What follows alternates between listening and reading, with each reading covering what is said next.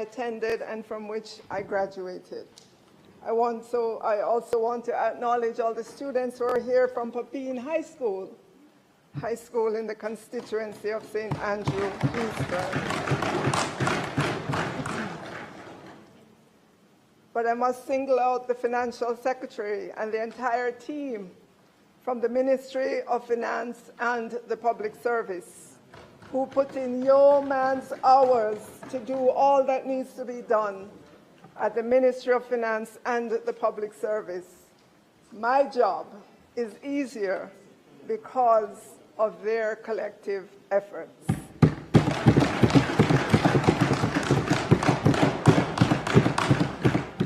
Madam Speaker, there are so many other persons in government and outside of government, too numerous to call by name, that have helped me on this journey. And to all of you, my heartfelt thank you. To all I say, I appreciate all your contributions, especially your words of encouragement. Madam Speaker, this budget for fiscal year 2025-26 reflects the suggestions, the thoughts, and the ideas of many Jamaicans. Thank you for all your WhatsApps, your emails, and your phone calls. I say to all Jamaicans, we are a government that listens. We are a government that cares. Madam Speaker, today marks the 10th budget presentation for this Prime Minister Andrew Holness-led administration. The significance of this budget is that it is a budget that is happening in an election year, but it is also a budget that comes after many years of discipline in managing the country's financial affairs. Some of this fiscal discipline initially came with the IMF US $615 million Extended Fund Facility, EFF program, that the government of 2012 to 2016 negotiated with the IMF. Madam Speaker, those early years of learning fiscal discipline by a government known as run-with-it government were, in my mind, the equivalent of the then government riding a child's bicycle with training wheels. Madam Speaker, I swear I did not choose the orange T-shirt that the child in the picture is wearing. I don't even know the people in the picture, but this picture is fitting because those years were really the government of the day learning fiscal discipline. Recall, Madam Speaker, they were the ones that, despite the clear danger signs leading up to the 2002 general election, still made the decision to run with it.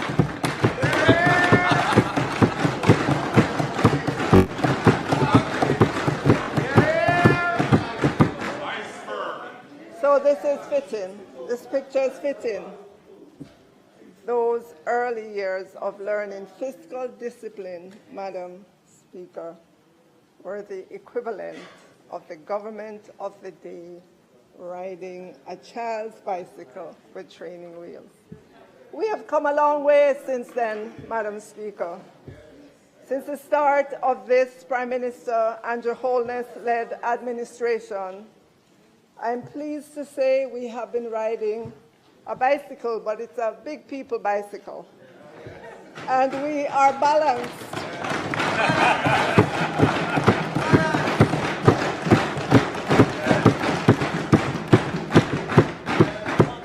We are balanced on the big people bicycle with our own weight and are managing the complexities of Jamaica's budget with its many competing demands, all the while navigating the pressures of politics. I swear to you again, Madam Speaker, I do not know these people in the picture either. And why they were showing a V sign that represents, I just agree with Mr. President.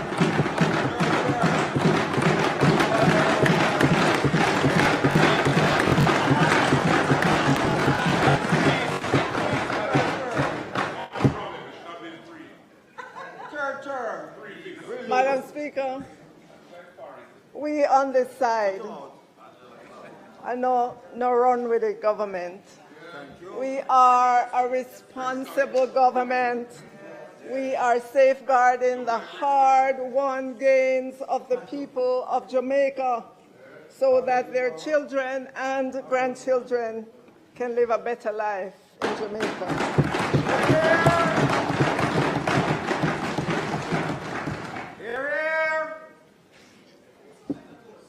Madam Speaker, it was only a few Fridays ago, February 21, 2025, that international credit rating agency Fitch signaled to the entire world its continued positive outlook on Jamaica and affirmed Jamaica's BB- credit ratings.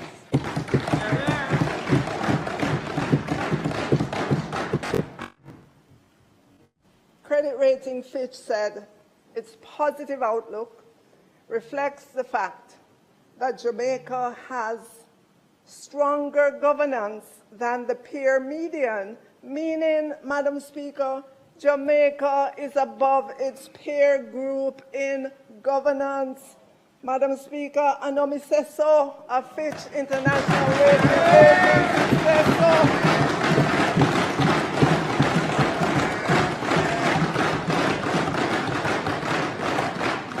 Jamaica is above its peer group in governance. Fitch also highlighted that Jamaica has made significant progress with debt reduction and that Jamaica has a sound fiscal framework and, Madam Speaker, a strong political commitment to deliver large primary surpluses. Madam Speaker, a primary surplus is how much money a government has left to pay interest on debt, invest in important projects, or save for the future after paying wages and salaries and other recurrent expenses. Fitch Rating Agency noted that debt to GDP has fallen from a high of 135.3% in fiscal year 2012-2013. I wonder who was in government then. By the time, Madam Speaker,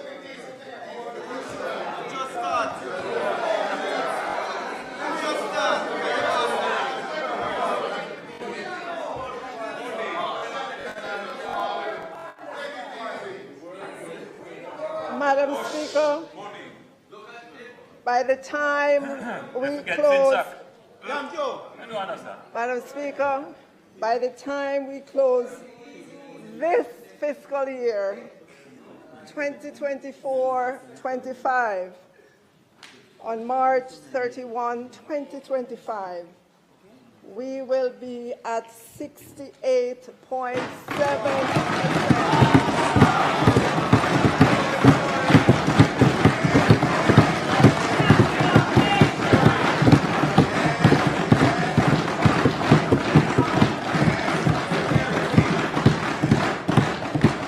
Madam Speaker,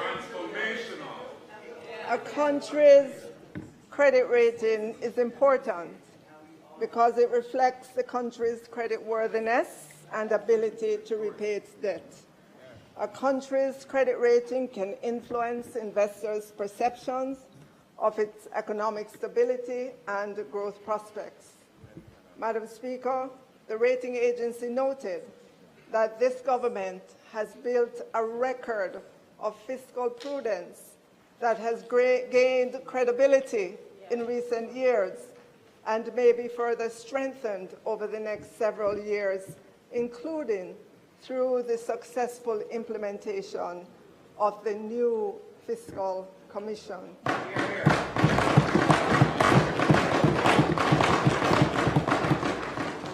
Madam Speaker, the Independent Fiscal Commission came into existence this year on January 1, 2025, and it has since assessed our budget and issued its opinion. If you recall, Madam Speaker, that role of assessing our budget was performed by our Auditor General for many years. The Independent Fiscal Commission, in its first report, has said that Jamaica's fiscal position and policy is sustainable. The legislated debt to GDP target of 60% or less by fiscal year 2027-28 is expected. Overall, operations are reasonable and achievable. The Fiscal Commissioner did highlight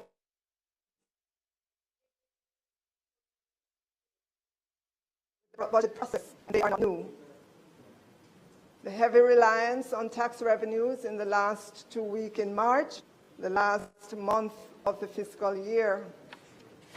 The Fiscal Commission also pointed to the need to have a presentation of the fiscal balance for the specified public sector, and that the revenue measures should be tabled simultaneously with all other budgetary documents, despite this never been done before by any finance minister, Madam Speaker.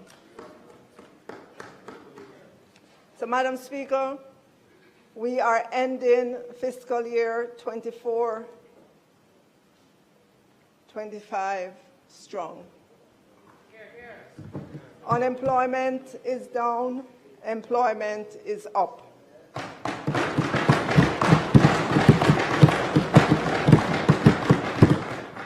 At the end of October 2024, Staten reported that unemployment stood at its lowest on record, which was 3.5%, with male unemployment at 2.6% and the female unemployment at 4.5%. Madam Speaker, I want us to pause and think about this. This is a significant achievement that we should not let anyone diminish. No boy, no girl, no one.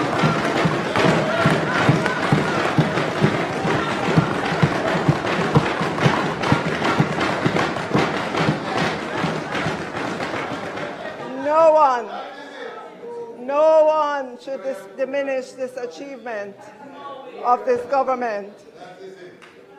Madam Speaker, if you take a look at the chart, look back at October 2013. At the time, the overall unemployment for Jamaica was 14.9%. Compare that to the 3.5% at October 2024.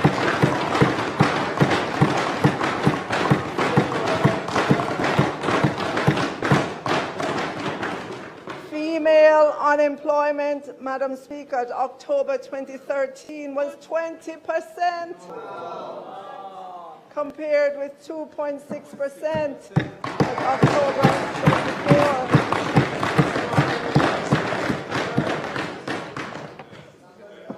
Male unemployment, 11.2%, compared with 14.5%. And look at the employed labor force, 1,108,925 then versus 1,468,200. Madam Speaker, I will admit that statin did change its definition of the labor force recently.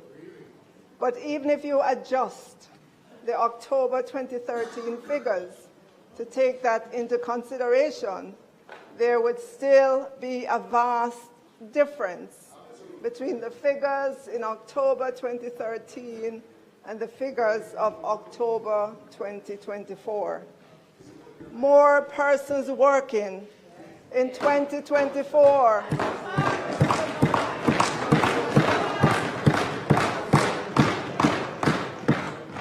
Madam Speaker, more persons working in 2024 is a result of the good policies by Prime Minister Andrew Holness-led government.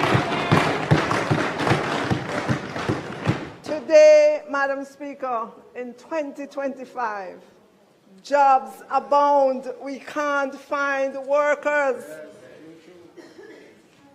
Madam Speaker, we're indeed ending fiscal year 2024-25 strong. Debt to GDP is down, and we're on the path to getting to less than 60% debt to GDP by fiscal 27-28. And Madam Speaker, if anyone doubts the wisdom of remaining on this path towards 60% debt to GDP, then they should get off this path and see how quickly and how negatively the markets would react. For starters, the US $5.6 billion of net international reserves would vanish overnight as the financial sector loses confidence, and that would cascade to the rest of the Jamaican economy and to international markets. Madam Speaker, confidence, once lost, is very difficult to restore.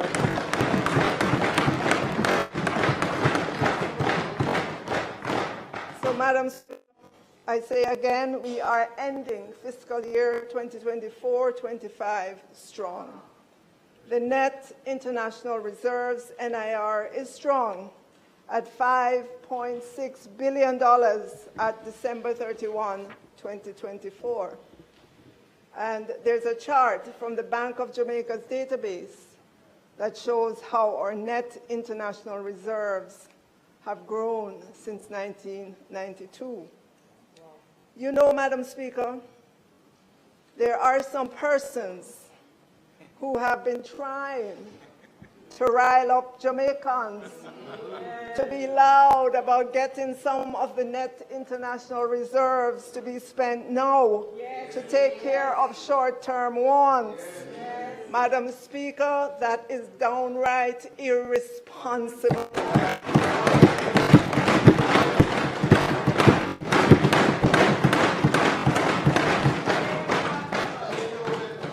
The net international reserves is our cushion against the vagaries of the outside world. Madam Speaker, the main purpose of a country's net international reserves is to act as a financial safety net, providing a cushion against external shocks like currency crises or sudden disruptions in capital inflows, allowing the country to meet its foreign exchange obligations and maintain stability in its domestic currency by intervening in the foreign exchange market if needed. Madam Speaker, do you remember COVID? How would we have supplies and vaccines if we did not have US dollars to buy them? Yes. Madam Speaker, riling up Jamaicans to demand that the net international reserves be spent. It's like telling Jamaicans to go party with their rent money. Exactly.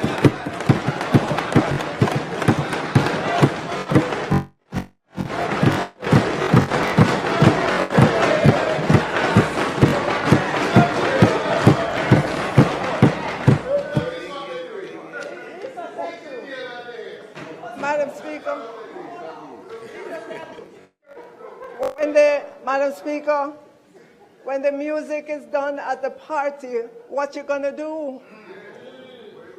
Madam Speaker, I say again, that's very irresponsible and dangerous. Madam Speaker, if they mean Jamaica and Jamaicans any good, they will stop encouraging Jamaica to demand.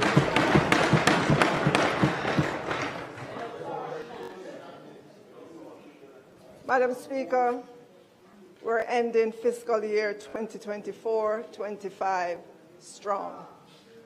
The overall inflation figures remain within the target 4% to 6% range.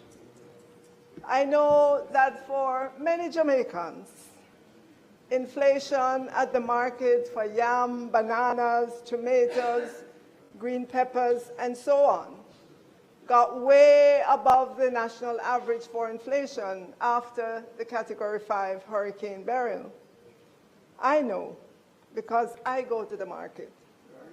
And so I know the price of food items. After Hurricane Beryl, prices really did fly. However, I am encouraged with the current direction. The last time I heard Minister Green talk, he said prices on agricultural items moderate, which was to say prices come down on the things them in the market and in the market. Madam Speaker, I included the chart on the screen in my presentation to show our young people what the experience with inflation in Jamaica was from 1963, right after independence, to 1999, a 36-year period. As you will see, Madam Speaker, inflation was well contained in the 0 to 10% band from independence to 1972. Madam Speaker, elections matter. Can you imagine life with inflation at close to 30% in 1973, 50% in 1977, 80% in 1991? We never had a worse period of inflation in our post-independence history. Madam Speaker, why am I going all the way back to 1973? Because, Madam Speaker, if we do not remember our history, we are doomed to repeat it. Everyone should take pics of these charts and send to all their friends. Remind them from whence we came and that we do not want to go back there.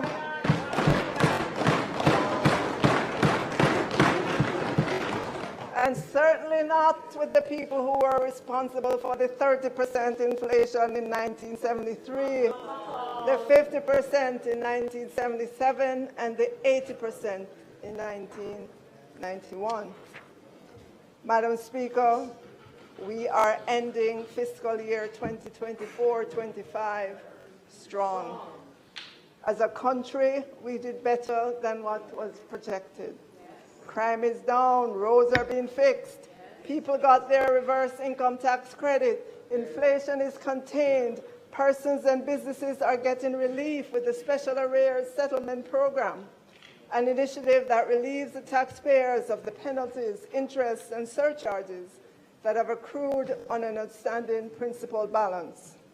We expanded the limit of the capitalization of companies on the junior market, reduced the income tax for companies that generate more than a specified amount of energy from renewable energy, clarified the tax rate for trusts and corporate services, and increased the allowance offered to the pensioners and persons over the ages of 55 and 65 years old. We also streamlined the Procurement Act to make it more efficient in its execution. Madam Speaker, what a government.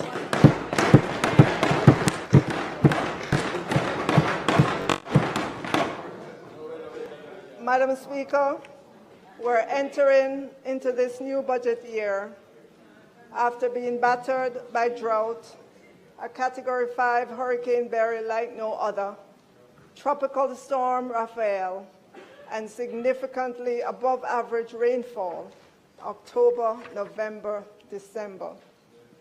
The PIOJ puts the devastation of Hurricane Beryl at 1.9% of GDP for 2023, or $56.7 billion.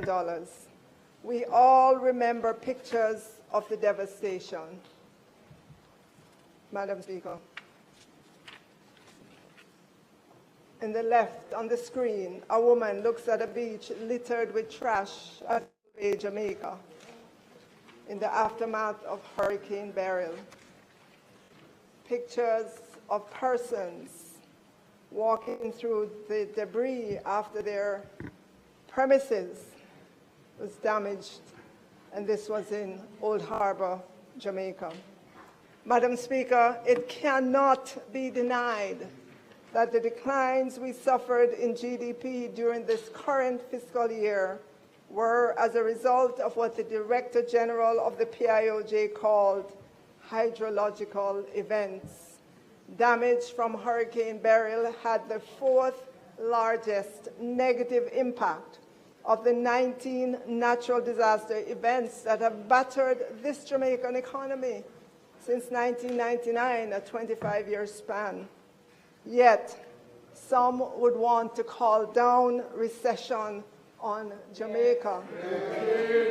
You have to wonder, what are their motives, Madam Speaker? Why would anyone Look celebrate that? at the damage from Hurricane Beryl all across Jamaica.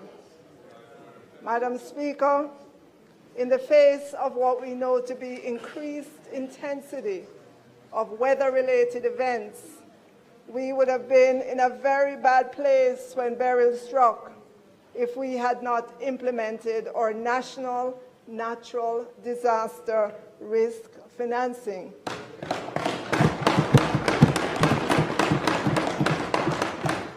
With the many layers of shock absorbers for the economy, Madam Speaker, had this government not had the foresight to ensure that we had this multi-layered risk-absorbing facility in place, we would not have been able to do the emergency repairs to public infrastructure, clean up and relief effort activities, as well as social expenditure to assist the indigent and other vulnerable populations.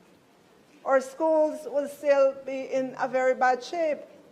A large percentage of the students would not have been able to attend school up to now because their school building would not have been fixed yet. I should know. I was the Minister of Education at the time. Madam Speaker, here is what this government has put in place to cushion the budget during disasters and provide for Jamaicans. $130.6 billion national natural disaster risk financing shock absorber.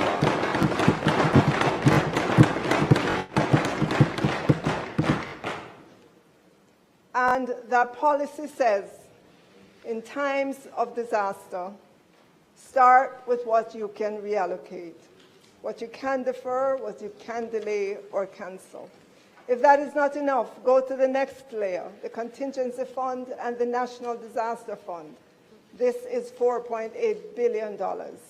Then you go to the next level, the National Natural Disaster Reserve Fund, that has $1 billion. Together, these two funds total $5.8 billion. And the important thing, Madam Speaker, is that they are Jamaica's own resources.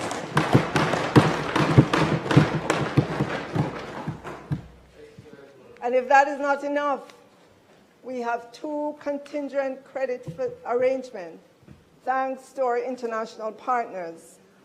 This month, we added yet another layer, the catastrophe deferred drawdown of $6.5 billion to the shock absorber we already had. Layered on top of that is the Caribbean Catastrophe Risk Insurance Facility, $19.2 billion. And then if we get one of those really, really, really bad disasters, we have the catastrophe bond for $25 billion. When you add all of that up, Madam Speaker, that's a total of $130.6 billion.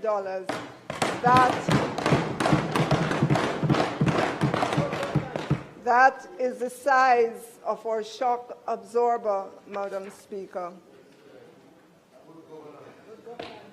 They, on the other side, in all the years they have been in government, spending, did not consider the future of Jamaica to provide for contingencies for disaster. Yes, I will give them credit for continuing the payment for the CRIF insurance, which was started under us during 2007 to 2012. But there was nothing else, no contingencies, other than the begging that I see practicing in the US recently. Madam Speaker, can you imagine if this government had not put in place this multi-layered national natural disaster financing policy to ensure we recover quickly from Beryl and Raphael in record time? All now we would be in darkness, without water. The roads would be impassable. Schools would not have been repaired. No cash resources would be available for farmers, businesses, and families. The commitment of this government, Madam Speaker, is to continue strengthening our multi-layered national natural disaster risk financing and to fill any gaps that we have. Of course, Madam Speaker, how much we can access will depend on the severity of the disaster. And Madam Speaker, I must give former Minister of Finance and the Public Service, Nigel Clark, his props for this. He not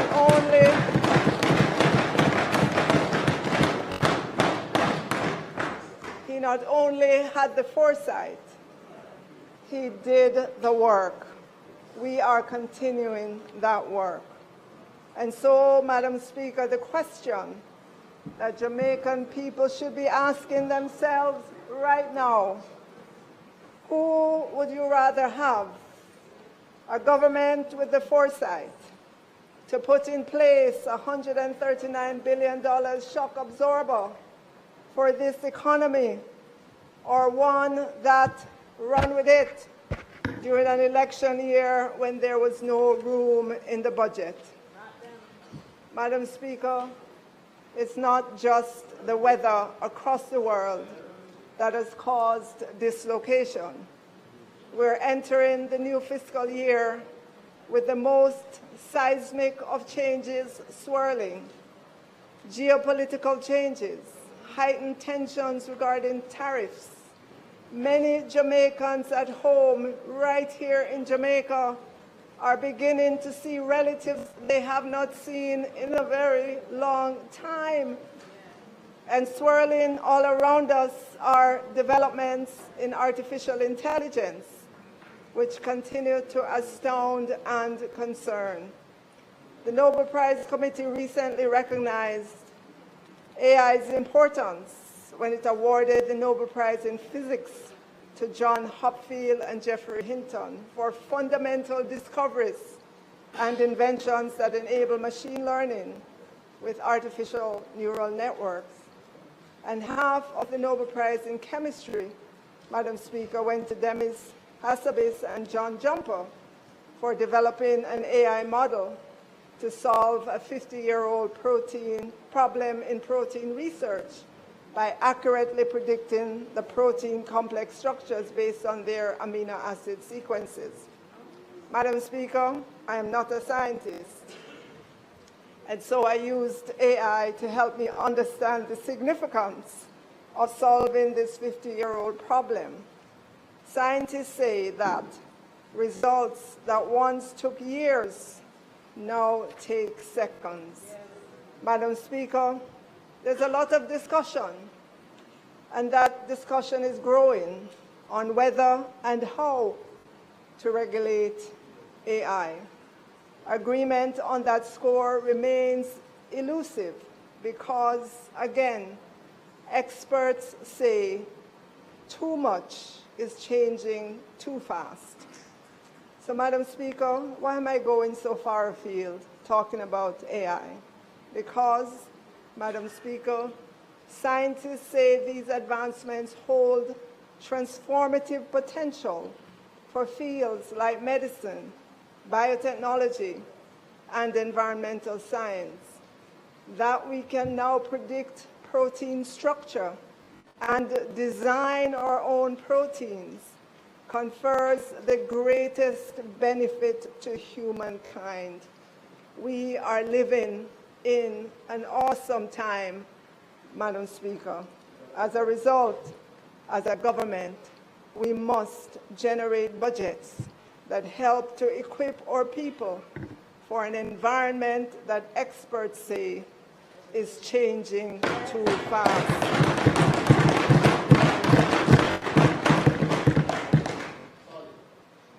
Madam Speaker, for the central government for fiscal year ending 31st of March 2026, the total recurrent expenditures, which includes wages and salaries for the various ministries, departments, and agencies of the central government, is $1 trillion, 34,707,200,000. This is an increase, Madam Speaker, an increase of 9.6% over the current expenditure of 24-25. Capital spending of $62 billion for central government is up 1.5% from the revised estimate of $61.7 billion. We had originally anticipated to spend $80 billion when the budget for fiscal year 2024-25 was first tabled in Parliament. Madam Speaker, debt amortization, which is where a lot of the confusion was among those who took a look at the expenditure when those were published. Debt amortization was $317.3 billion in fiscal year 2024.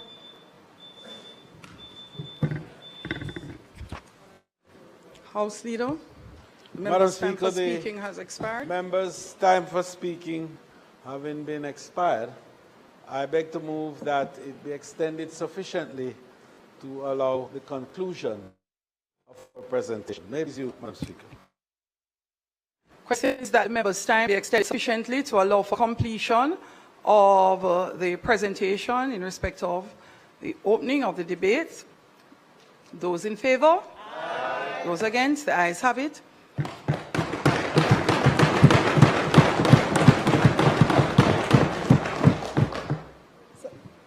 Madam Speaker, debt amortization, which is where a lot of the confusion was among those who took an initial look at the expenditure when they were published, was $317.3 billion in fiscal year 2024-25, but it is only going to be $162.7 billion in this upcoming fiscal year.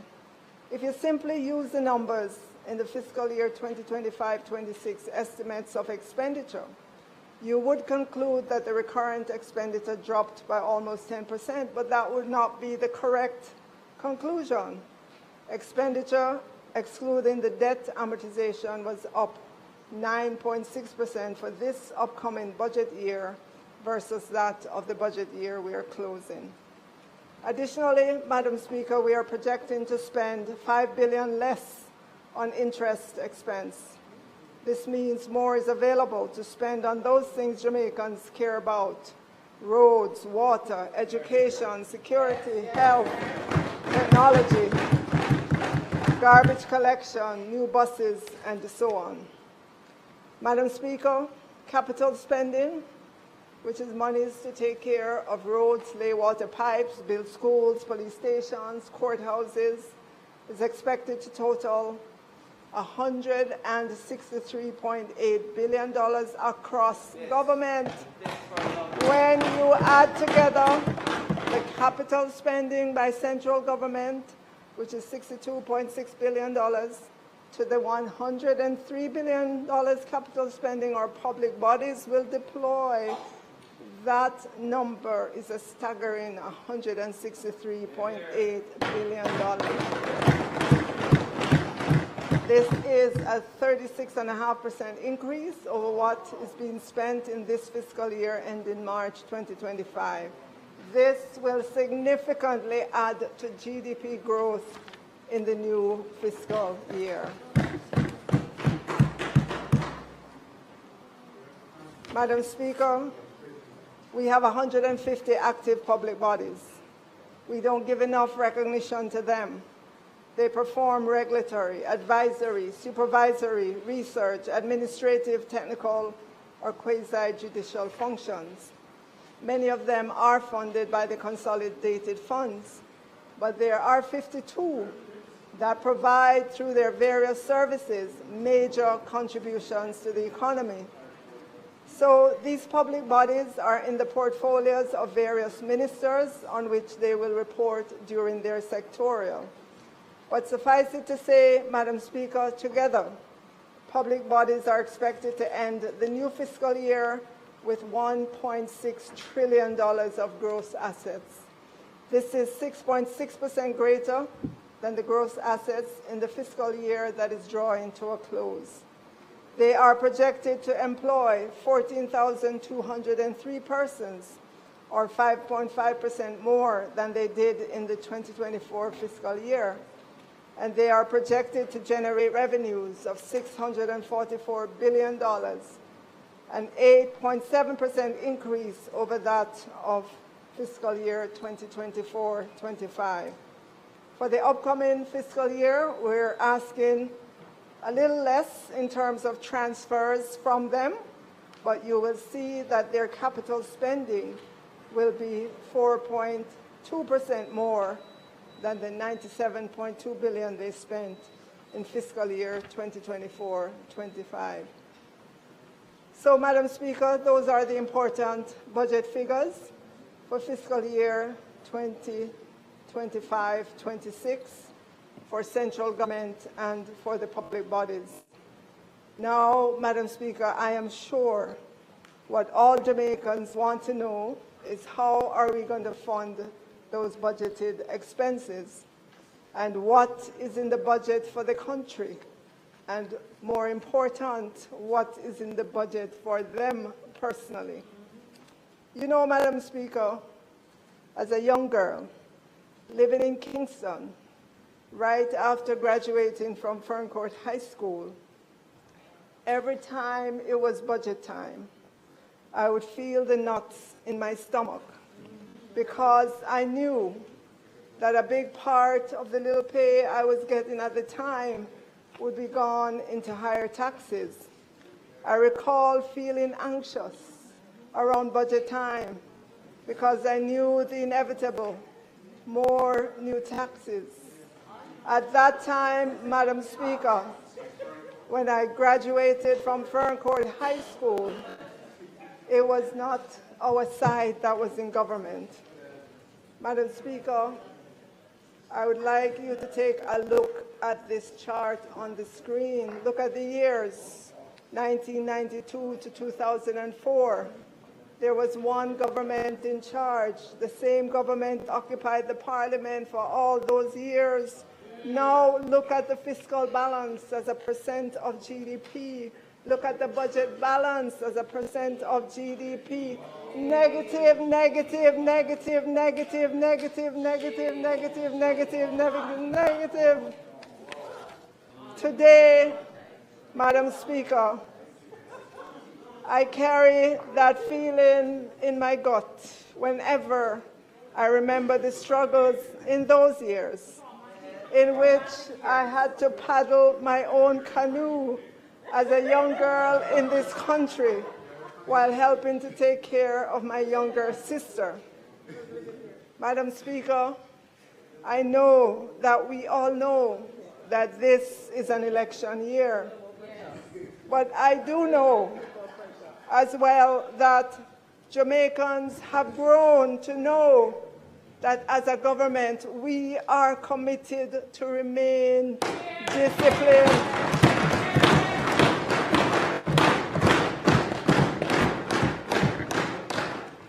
We would not throw away the hard-won gains of the people of Jamaica, Madam Speaker, not even to win an election.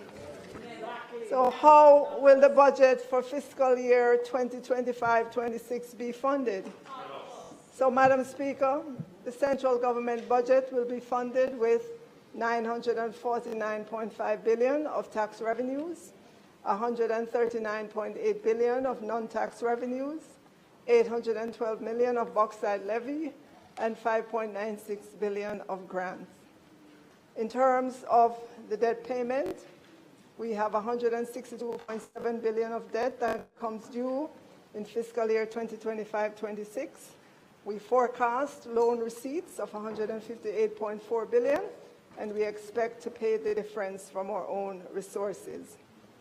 This upcoming fiscal year, 2025-26, we are projecting a surplus, a small surplus, but it sure beats the negative, negative, negative, negative, negative.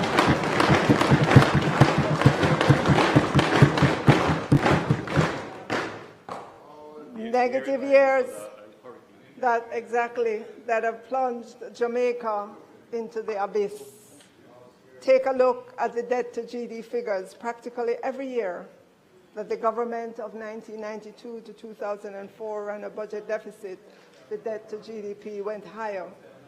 They mortgaged the future of Jamaican people.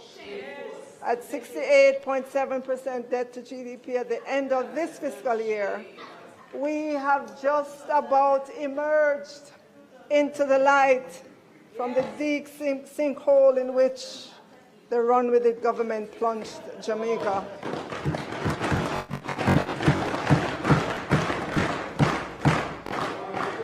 Madam Speaker, recently the Tax Administration Jamaica conducted a survey, and it asked Jamaicans what do they believe are the implications when TAJ does not collect taxes.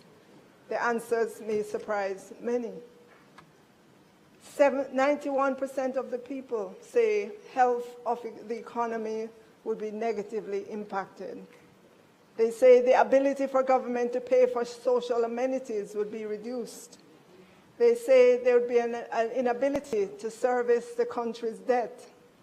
87% said an inability to invest in infrastructural development. 89% said inability to pay the salaries and wage of public sector workers. Madam Speaker, 72% said the implication when TAJ does not collect taxes is an increase in tax rates. An inability to establish an optimal budget for the country. And 78% said when TAJ does not collect taxes, it increases the tax burden on those who pay taxes. Madam Speaker, these responses are encouraging to me to know that when all is said and done, Jamaicans do understand that a government, any government, has to collect taxes to pay for social amenities, service the country's debt, invest in infrastructural development, pay the salaries and wages of public sector workers, among other things. For example, In the expenditure for this upcoming fiscal year, we have had to make an allocation for the new round of wage negotiations, plus the one-offs and back pay or retro pay due to some groups. Jamaicans get it, Madam Speaker. In the budget, Madam Speaker, compensation for government employees is in the budget at $495.8 billion, and it includes new rates of pay for medical consultants, dental surgeons, parish court judges and probation aftercare officers, back pay for medical consultants and parish court judges, and allocation to support the employment of agricultural wardens, $1 billion to support continuation of the Jamaica National Service Corps, and a compensation contingency provision of $33 billion to meet the cost of public sector wage settlement, including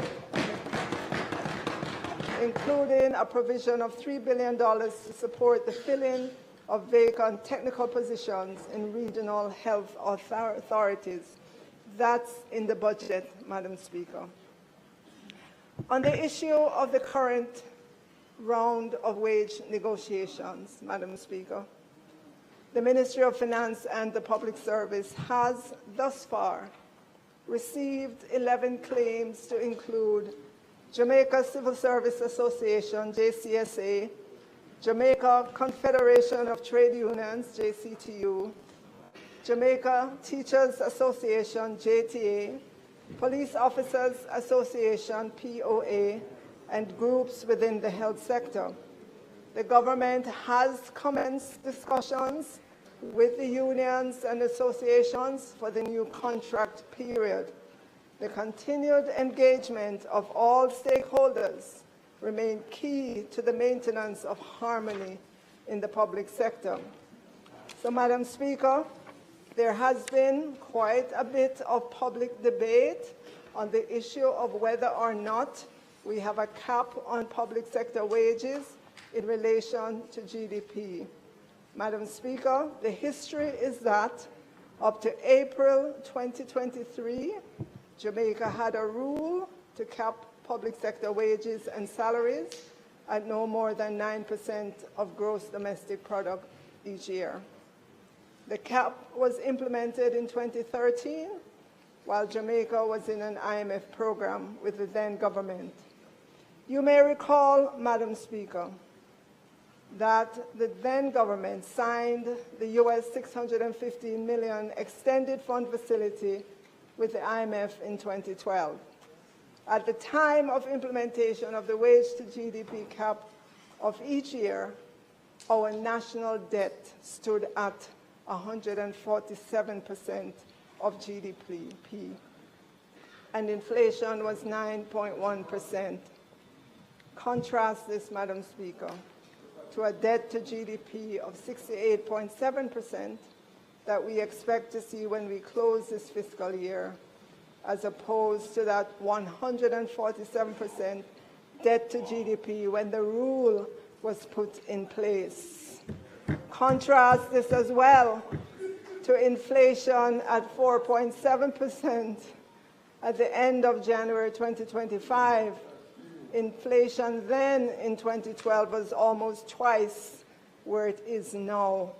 Additionally, and very significant, this government formally adopted inflation targeting policy in 2017, which is being implemented by the Bank of Jamaica, of inflation being in a range of 4 to 6%.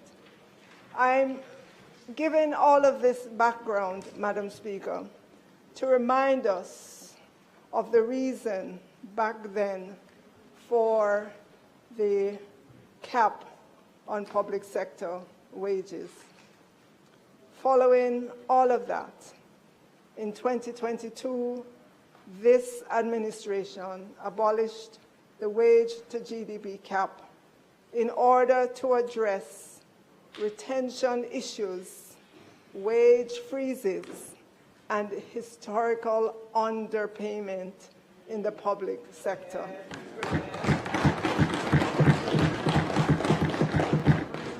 Truth be told, Madam Speaker, the history is that the target was met only once, and the cap was criticized for stifling public sector reforms and contributing to attrition in critical services like healthcare and education.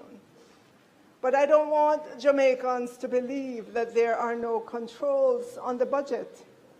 The major controls we have on the budget is the fiscal balance rule and the debt ratio. I believe every Jamaican should know by now that the debt to GDP ratio is being targeted to be 60% or less by fiscal year 2027-28. The fiscal balance rule is also a strong guardrail for the financial affairs of this country. It is not as well known as the debt to GDP target, but it is codified in our laws as a target in fiscal year 2020-2021 and continuing for 4 years. And that is what we have.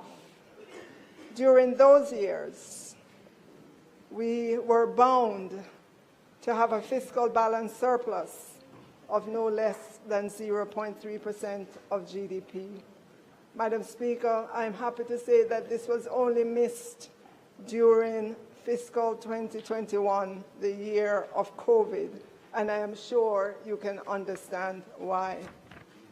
It has been proven that containing our spending by the fiscal balance rule and the debt to GDP and maintaining that discipline, then our fiscal affairs will remain on a sustainable path. For the public sector, the focus should now be on pay for performance, efficiency in service delivery, and productivity gains.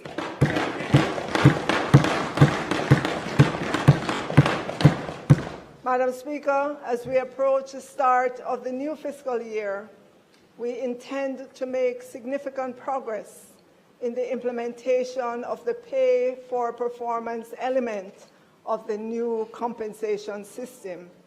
We have begun the conversations with our union partners because we must continue to transform, to provide the framework and tools to improve productivity in the public sector. The pay for performance system is a key component in incentivizing performance in the public sector. Hear, hear. But, Madam Speaker, let me be the first to say we are ending fiscal year 2024-25 with gains in efficiency and productivity in government. Hear, hear.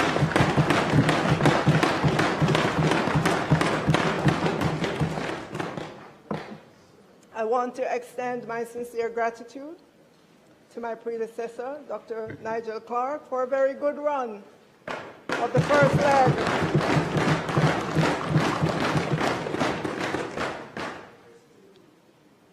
And handing the baton to me to continue the race. At the same time, I must express my thanks also to our union partners and public sector workers who stayed the course as we navigate some difficult terrain. Madam Speaker, this Honourable House will recall that in 2017, this Prime Minister signalled the government's intention to pursue modernization of the state in a more deliberate and transformative way. And I want to pause to acknowledge the support of our international partners in assisting us in key areas of our development agenda. It is very easy to say, Madam Speaker, that the government is inefficient and ineffective. And I'm the first to admit that whilst we have achieved a lot, much more is left to be done.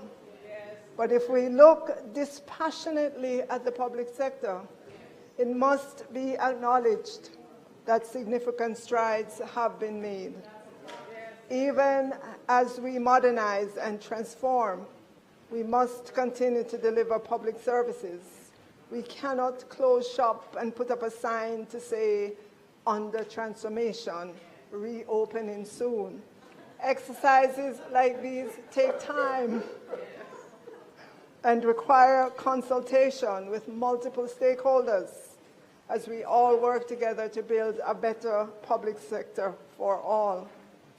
Madam Speaker, some of the strides made include expanding the use of ICT in the public sector to drive efficiency and effectiveness, building a shared services operations as a means of transforming the way government provides service internally, transformation of human resource management practices, compensation management, and rationalization of public bodies. Under this program, Madam Speaker, GovNet became a reality under the efficiency pillar. There is now a dedicated broadband infrastructure for the public sector. To date, 700 entities in the Kingston metropolitan area are now directly connected to the system.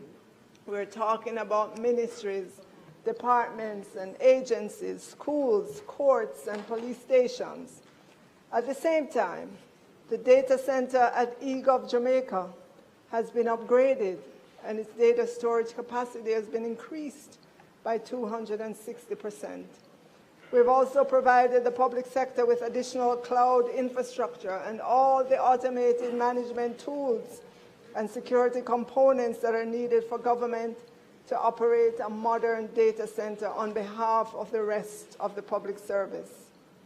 Additionally, by leveraging GOJ-owned communication assets, digital systems can now interface more easily, allowing for greater interoperability between digital platforms in the public sector. This means that the framework is in place to allow for e-government services, citizen-facing applications, and back-office operations to integrate more efficiently, reducing duplication, improving service delivery, and ensuring that government processes are faster, more secure, and more responsive to the needs of the public. Yes, Madam Speaker, more work is to be done, but the foundation is set for citizens to feel like they're interacting with one interconnected government instead of siloed MDAs.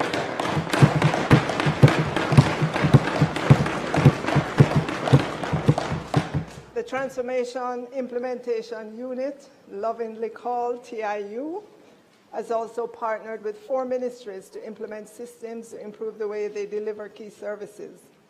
A customer relationship management system was implemented at the Passport, Immigration and Citizenship Agency of the Ministry of National Security. This has been having a positive impact on customer service in terms of what it does. IRIFINS, a web-based fisheries licensing and registration system for fisheries and fisher farm, was implemented at the National Fisheries Authority. And I'm sure Minister Green will speak more on this in his sectorial. These are examples of the work of the TIU, IRIFIN. At the Ministry of Labour and Social Security, the Transformation Implementation Unit has supported the ministry to develop an effective and user-friendly web-based work permit system to improve the processing of work permit and CARICOM skills certificate. And I am sure Minister Charles will speak more fulsomely to this. Madam Speaker, the Transformation Implementation Unit is particularly proud of the partnership with the Child Protection and Family Services Agency to modernize its ICT infrastructure. The CPFSA can now boast a unified network built on modern, secure, and robust technology. Still on the ICT front, MyHR, an integrated HR and payroll management system, is the first enterprise system successfully deployed in the public sector. It is now being used by approximately 70 ministries, departments, and agencies, which is putting the government on a path to better managing its most critical resource, which is people. Madam Speaker, employees can now access their records anytime to ascertain information such as leave balances, status of requests for approval, and their payslip. They no longer need to go to HR to access this information. And Madam Speaker, we have been able to address some of the residual issues of the new compensation system because we have more automation in place. And I'm pleased to report to this honorable House that we have agreed 2 key policies with the union, one for work done outside of normal working hours, and the other for the provision of uniform allowances. In the upcoming fiscal year, we will implement a new phase of the public sector transformation program to build on the gains made in phase 1. Phase 2 will focus more on digital transformation, continuing to ensure the requirements for increased productivity in the public sector are in place. We eagerly look forward to the commencement of this program. Madam Speaker, transformation a few thing, and we're making strides.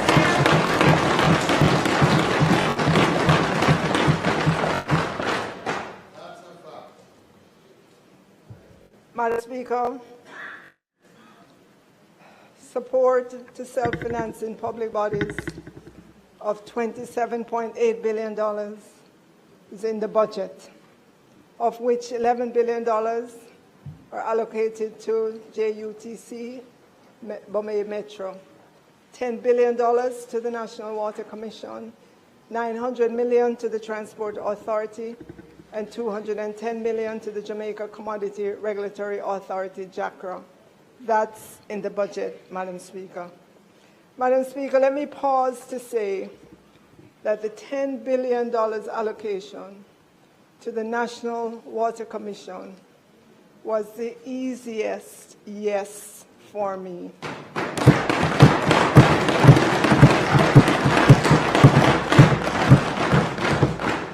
I remember as a child in Ty-Dixon that we either had to have a tank in our yard or a drum to catch rainwater in order to have water for cooking, bathing, washing our clothes, and all the other things we do with water.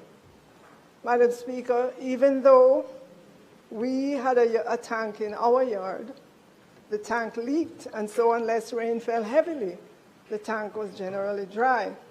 Madam Speaker, I remember many school mornings in order to tidy up to go to primary school, that as children, me, my younger brother and sister, and other children in Ty-Dixon had to go to the one government public tank to catch water in a pan, put the pan of water, yes.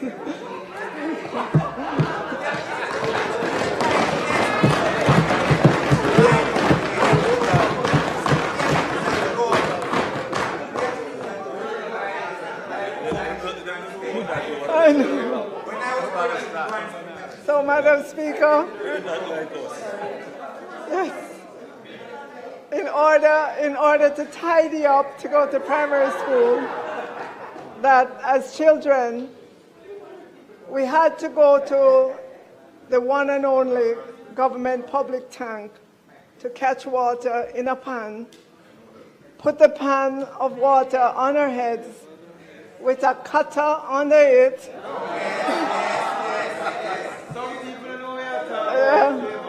to keep it steady in order for us to have water to use before we go to school. And, Madam Speaker, we could not be late for school either. I know that this may still be happening in some rural communities. And so when I say it was the easiest yes in terms of the $10 billion to NWC, it is because I lived the experience of an ordinary Jamaican.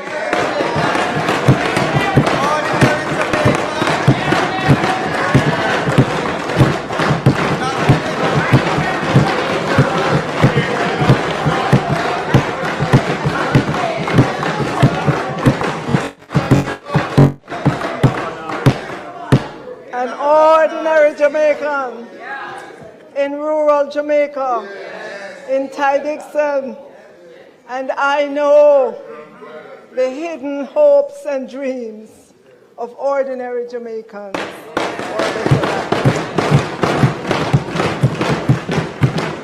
They want running water in their bathrooms, in their kitchens, and available for them when they need it.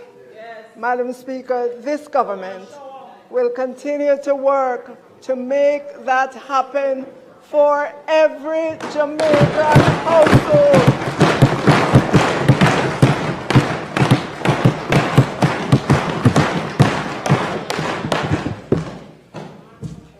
So, Madam Speaker, recently I gave my strongest endorsement to the PPP, Public-Private Partnership, that Prime Minister and Minister Samuda signed with the various partners to build the Rio Cobra water treatment plant at a cost of US $77 million or 12 billion Jamaican to bring an additional 15 million gallons of water to benefit Jamaicans. The deal was criticized for having an interest rate that to those who do not have the responsibility of contemplating and planning the future of Jamaica, that interest rate seems high. When I heard those comments, I WhatsApped Minister Samuda and I said, I will defend this project anytime. Anytime, because the issue in 3 or 4 years' time, when water is needed, as the population in Kingston and St. Andrew and in our 15th parish, Portmore, grows.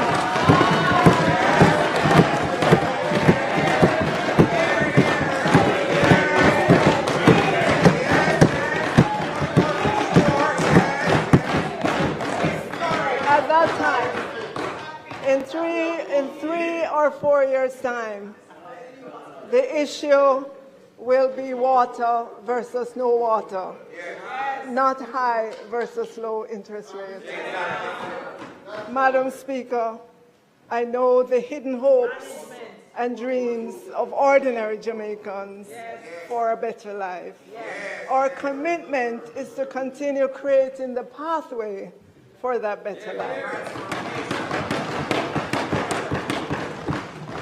So, Madam Speaker, approximately 2.1 billion, of which 1.1 billion is allocated to the Ministry of Labour and Social Security to provide individual grants of $20,000. That is in the budget. Prime Minister will speak to this in his budget presentation.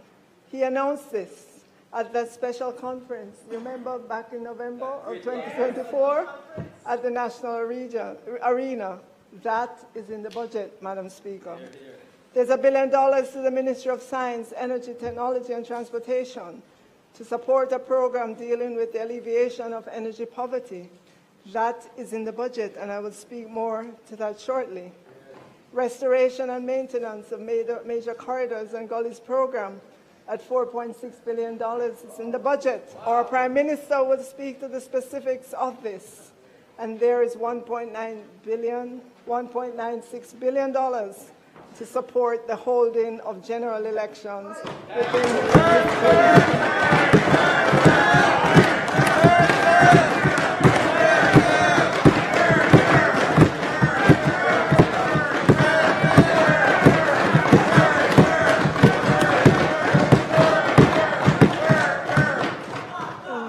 That is in the budget, Madam Speaker.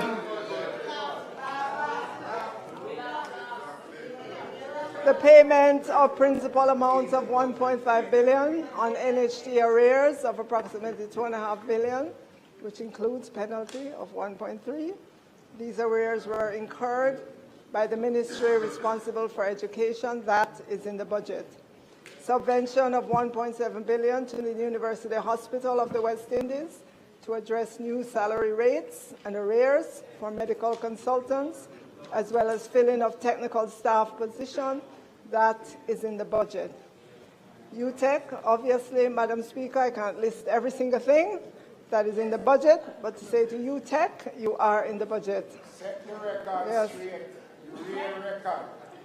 Madam Speaker, I know that DBJ is a public body in the Ministry of Economic Growth and Job Creation that channels financing to MSMEs as well as to large projects in order to drive economic growth and development.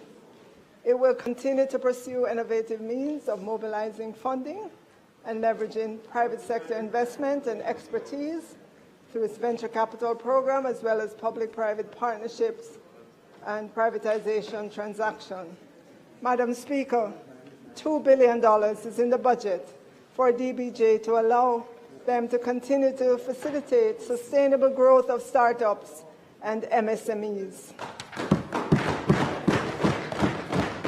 and to continue support women-led initiatives, entrepreneurship training, including digital skills bootcamp. $2 billion is in the budget for DBJ, Madam Speaker, for MSMEs. We have to commend our MSMEs.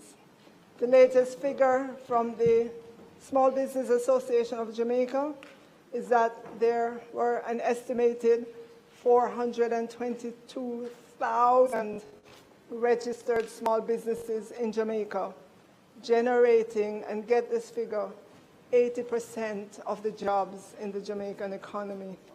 This means 1,136,240 persons in our workforce are employed by a micro, small, or medium enterprise. In the picture on the screen, Mr. Headley and his egg farm is one such DBJ, one such person who DBJ assisted to expand his farm.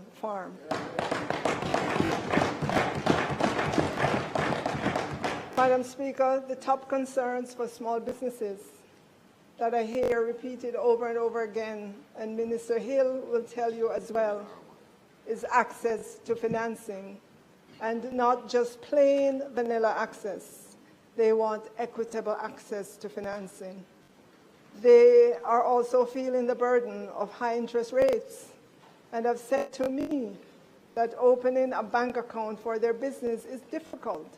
They feel there's no difference between the requirements for them as MSMEs as opposed to a very large institution.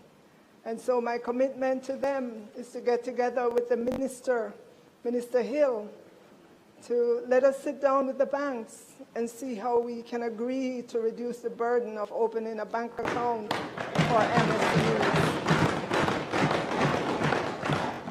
Madam Speaker, recently, as a government, we listened to the new car dealership industry. They said that 100% bond on the duties they pay ties up too much of their capital. Madam Speaker, Jamaica imported some 50,786 motor vehicles worth $81 billion in 2022. And if you look at the duties are between 67 to about 88% of the value. And if you assume the lowest duty, you can see that the capital tied up against the duties is significant. We listened to the industry, and now, instead of 100% bond against the duty, we have reduced that to 20%.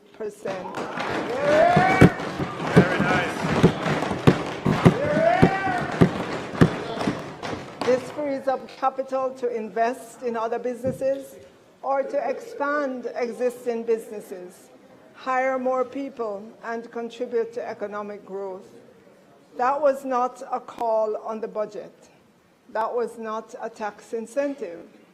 That represents this government listening and understanding the hurdles in the way of businesses and taking steps to reduce or eliminate those hurdles. Madam Speaker, on capital spending, the $62.6 billion proposed for capital expenditure in 25-26 will be spent by central government, and it includes a contingency provision for new public projects of $2.1 billion.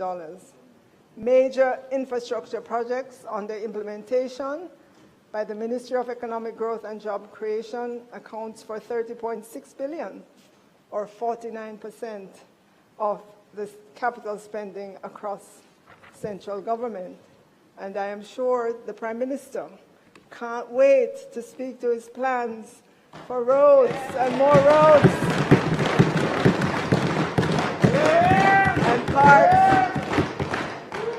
and parks and more parks.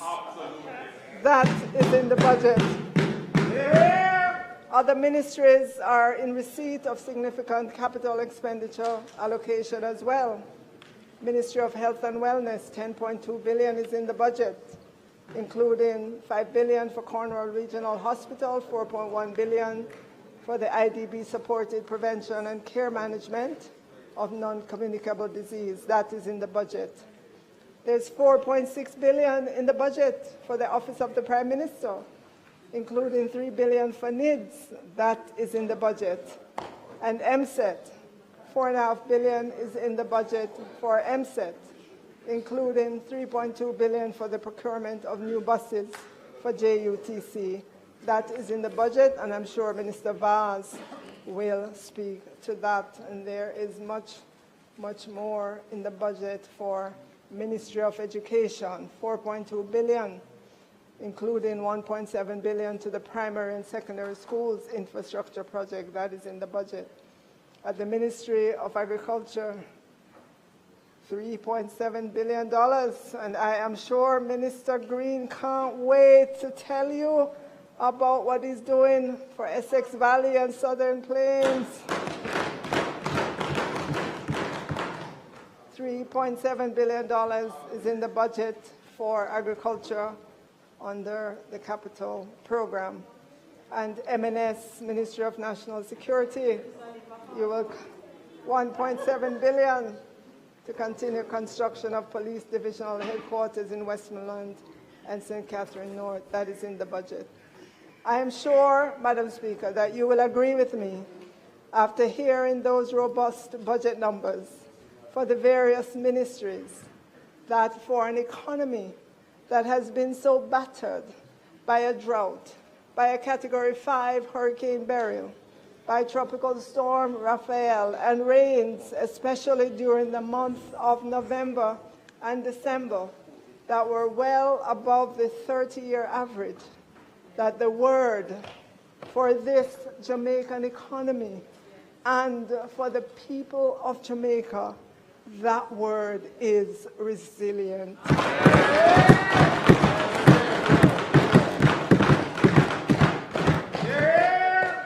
Madam Speaker, we must continue to put in place everything that will bolster our resilience as a country and as a household. During the new fiscal year, we will bring to Parliament legislation for micro-insurance. Madam Speaker, not every Jamaican can afford the premiums for traditional insurance sold here in Jamaica, and so we have to meet the people where they are. Madam Speaker, micro-insurance legislation has been talked about, but I give my commitment that micro-insurance legislation will be passed in this new fiscal year.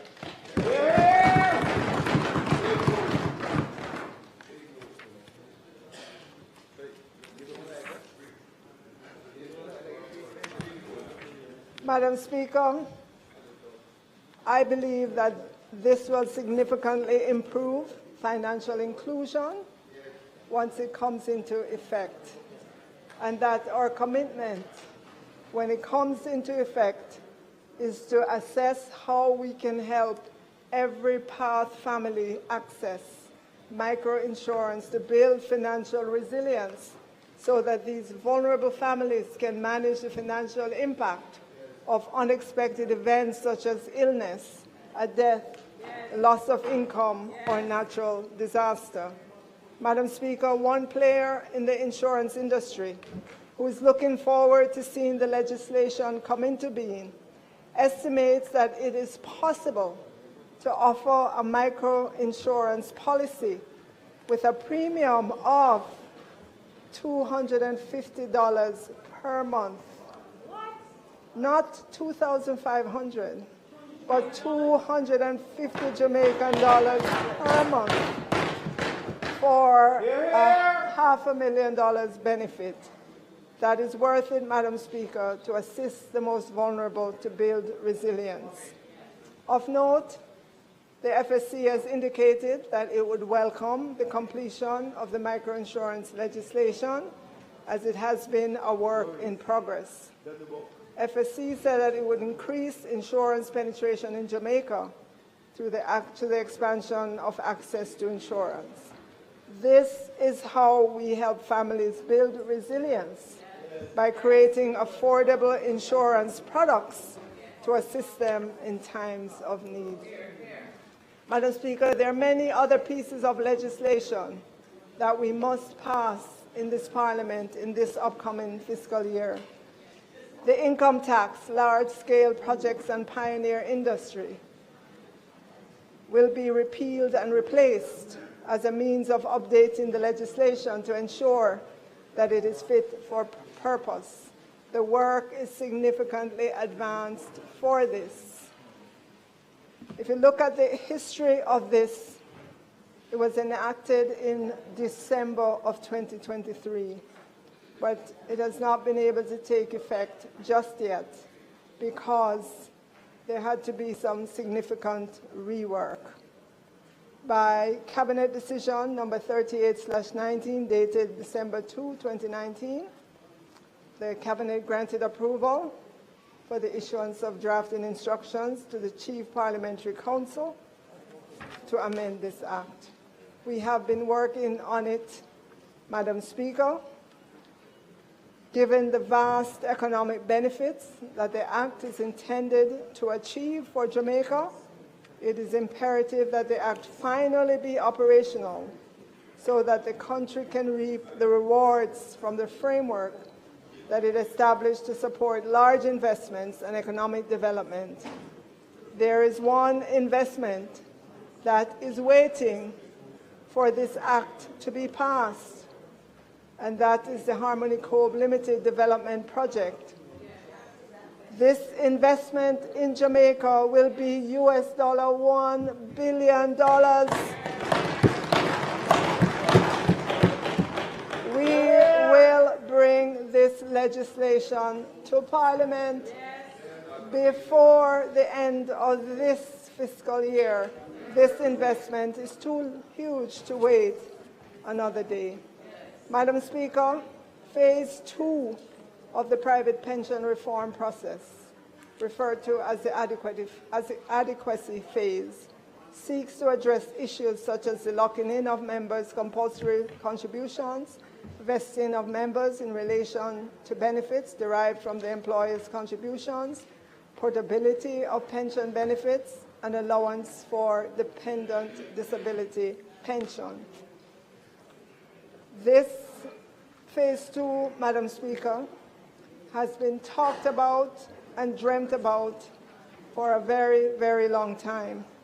I can recall during my private sector days more than 15 years ago that I was part of several pension working groups. Pension Phase 2 is important, and so I will prioritize this legislation in this upcoming fiscal year. Madam Speaker, in order to continue the innovation in our financial sector, we will quickly pass the Virtual Asset Service Provider Bill legislation, a critical piece of legislation which is not just a regulatory necessity, but an economic imperative for the future of Jamaica. The bill represents a pivotal step in modernizing our financial sector, ensuring our compliance with international financial regulations, and positioning Jamaica as a leader in fintech innovation within the Caribbean. Madam Speaker, Jamaica must pass this Virtual Asset Service Provider Bill to ensure compliance with the Financial Action Task Force, FATF recommendations 15 and 16. Our financial system must meet global standards on anti-money laundering, AML, counter-terrorism financing, CFT, and the prevention of proliferation financing, PF. This legislation establishes a robust legal and regulatory framework for virtual asset service providers, ensuring that those businesses operate within strict licensing, supervision, and enforcement guidelines. Madam Speaker, beginning with this budget speech, and I will announce shortly, will be the start of our initiatives to encourage local taxpayers to bring home to Jamaica their business income and business activities, including associated businesses and employment, as well as investment holdings that have been established in or transferred to other tax jurisdictions. A Cabinet submission detailing this will be in front of Cabinet shortly for its consideration. And Madam Speaker, I have to be true to the financial sector. In all our contemplations, Madam Speaker, we have to engage with the financial sector around the vexed issue of the asset tax, which they were told by the other side would be temporary. Some ideas have come to me from the financial sector on how we could begin to scale this back. I gave a commitment to review them and work with the sector on this issue. And there are many other ideas that came to me from the financial sector with regards to new products, efficiencies, and so on. And I will begin that engagement with the financial sector. Yeah. Madam Speaker,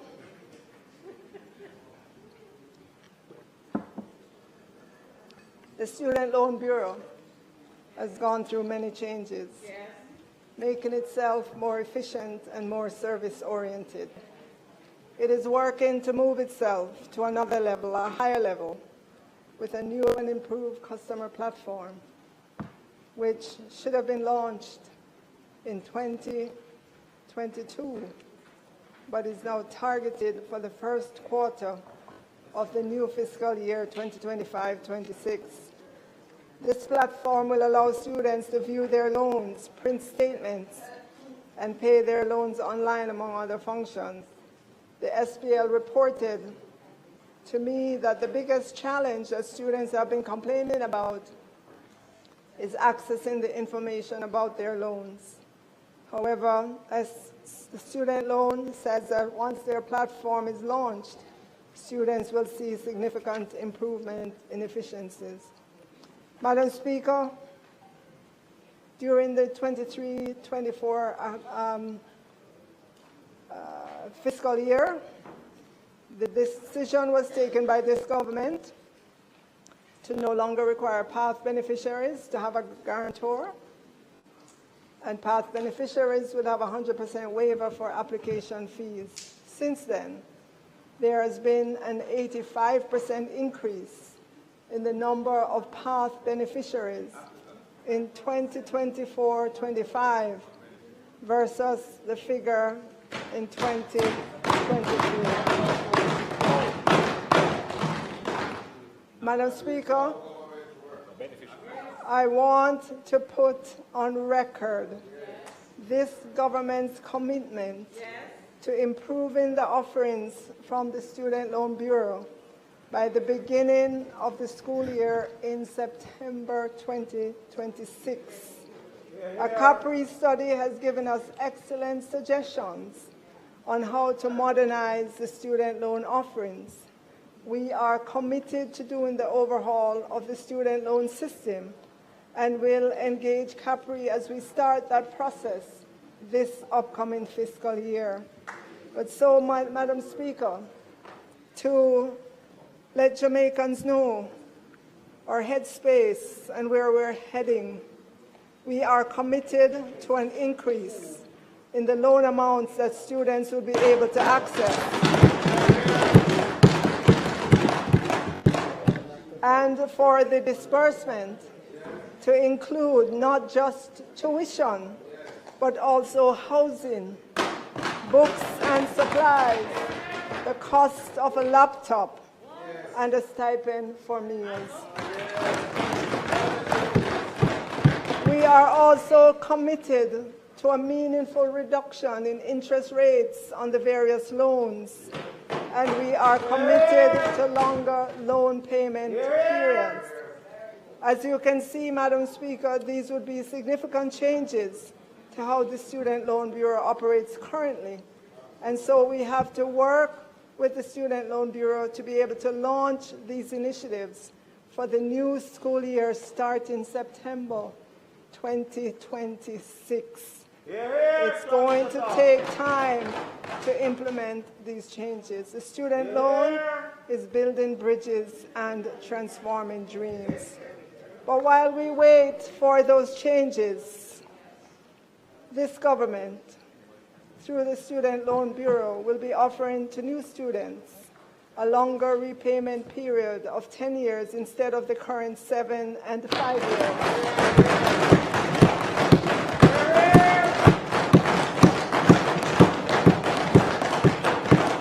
And the rates will remain the same, meaning the rates will not increase because the payment period has increased. We are starting with that one step, Madam Speaker, and will work rapidly to ensure the systems are in place to roll out the new loan offerings to make the lives of our tertiary students better and allow them to focus on attaining their educational goals to benefit themselves, their families, and Jamaica as a whole. The student loan is building bridges and transforming dreams. Madam Speaker, you may recall that earlier I highlighted the $2 billion that is in the upcoming budget for the DBJ for on-lending for many small businesses. In addition to that, Madam Speaker, we're also raising the GCT exemption for small businesses from $10 million to $15 million.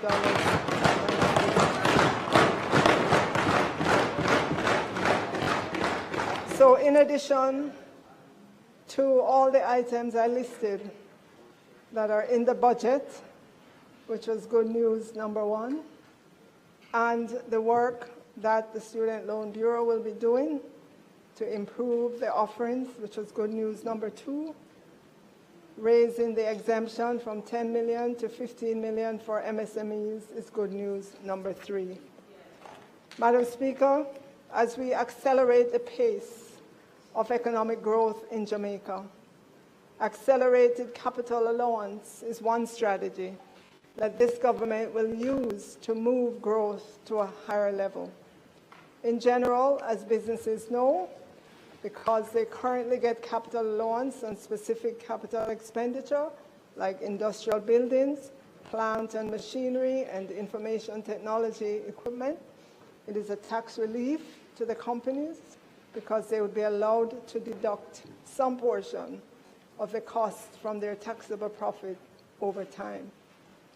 This deduction, the capital allowance deduction, reduces the company's overall tax liability and provides a fiscal incentive for business growth and business investment. Madam Speaker, as a government, we would like to see greater investments among our companies, and so we are making a special provision for accelerated capital allowance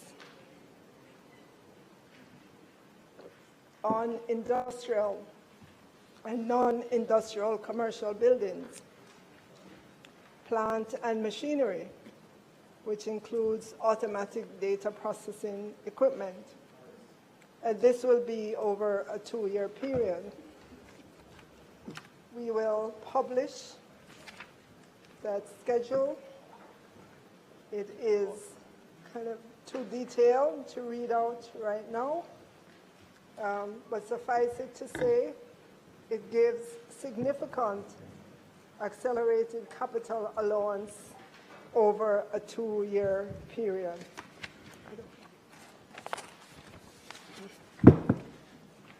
And so we are encouraging companies to take the opportunity to upgrade their machinery, their ITC infrastructure, their industrial buildings, to help expand their output so that we can move the GDP growth rate to higher levels.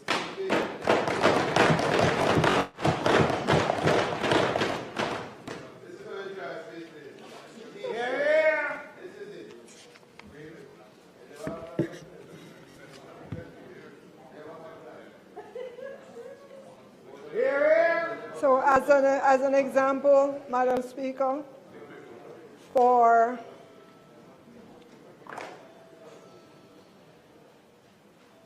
plant and machinery, currently the initial capital allowance is 25%. Over the initial year is 25%. The period for the capital allowance for machinery is 8 years under the current regime. So the annual capital allowance will be 12.5%. We are moving that to 40% in year 1.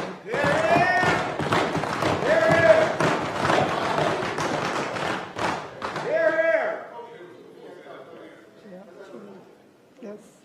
So the details, Madam Speaker, will be published for the companies. And that is good news number 4. Madam Speaker, this government believes in the stock market to create prosperity for the people of Jamaica. Like someone wanted to lock it down. Yeah. If you recall, Madam Speaker, the Honorable Edward Seaga inaugurated the Jamaica Stock Exchange in 1969 as the Minister of Finance and Planning. The Jamaica Stock Exchange was one of the many financial institutions that the former Prime Minister and Minister of Finance created to help Jamaica's capital market. Madam Speaker, history recalls that he took part in the first transactions by purchasing shares through 2 brokers. History also recalls that he wrote up the transaction on the board. If you look on the screen, you'll see the picture where the exchange dealings were recorded. In those days, we did not have the kind of technology we have today. Mr. Seaga's goal for the stock exchange were to help companies in Jamaica by opening up the capital market to allow Jamaican investors to participate in these companies, to enable private companies to go public. On February 1, 2008, this government clearly continued its strong support for the stock market as a whole. But more important, for the establishment of a junior stock exchange. I go further, Madam Speaker.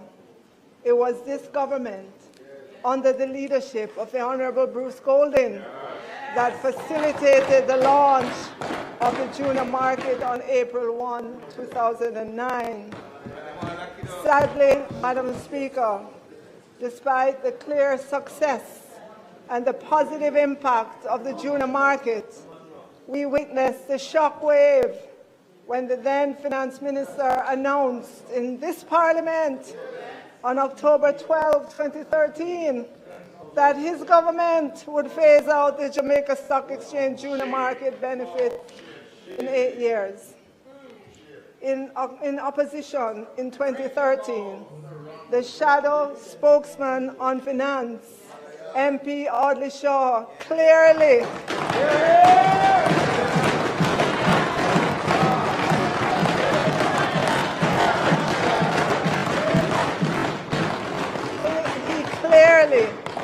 stated the intention on October 2, 2013, not to shut down the JSE's junior market. In April 2016, as soon as the then Minister of Finance and the Public Service, Minister Audley Shaw, at the time, as soon as he took his seat at the Ministry of Finance and the Public Service, he restored the incentives in the format it was.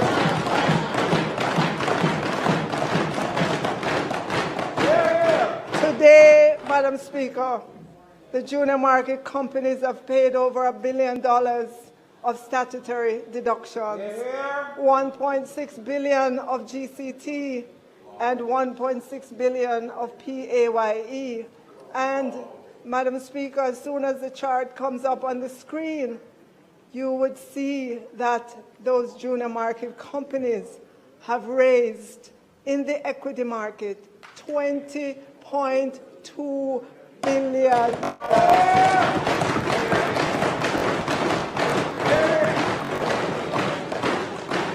Madam Speaker, I cringe to think that many of those companies would be non-existent if we on this side did not fight for the junior market to remain in place.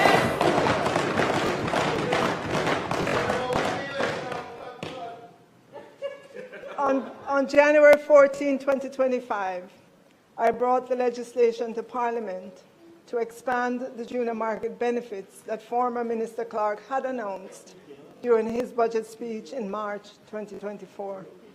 The amendment to the Income Tax Act increased the cap on voting share equity from 500 million to 750 million.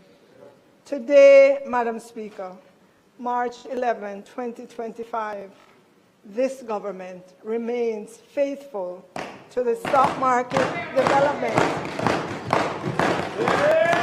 and is pleased to announce its acceptance of the Jamaica Stock Exchange's proposal to establish a JSE micro market.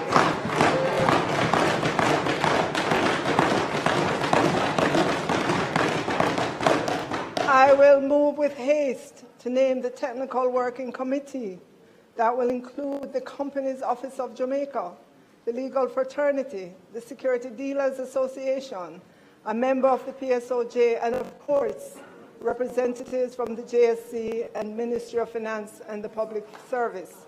We fully expect that a fully functioning micro-market will put structure to more businesses in Jamaica for sustainability and growth and access to equity capital. We will begin these meetings of the Technical Working Committee as soon as we start the new fiscal year.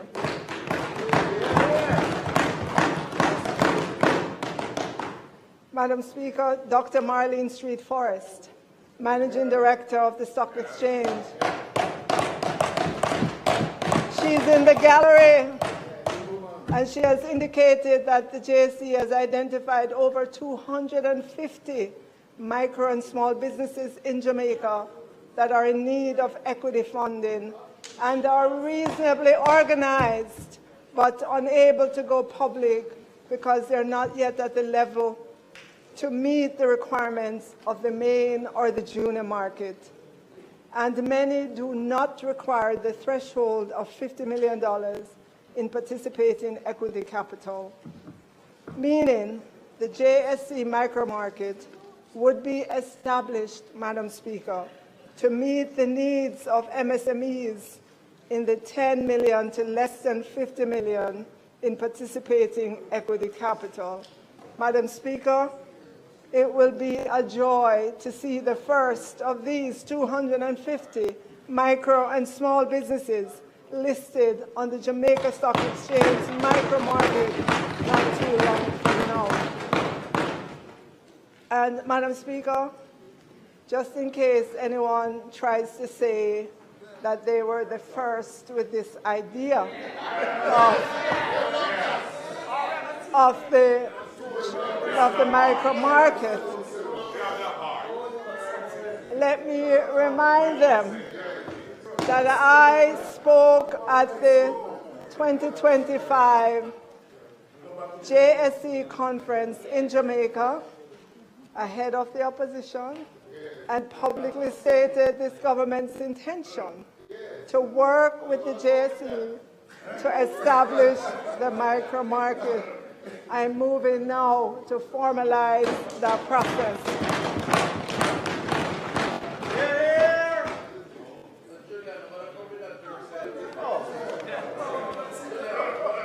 Madam Speaker,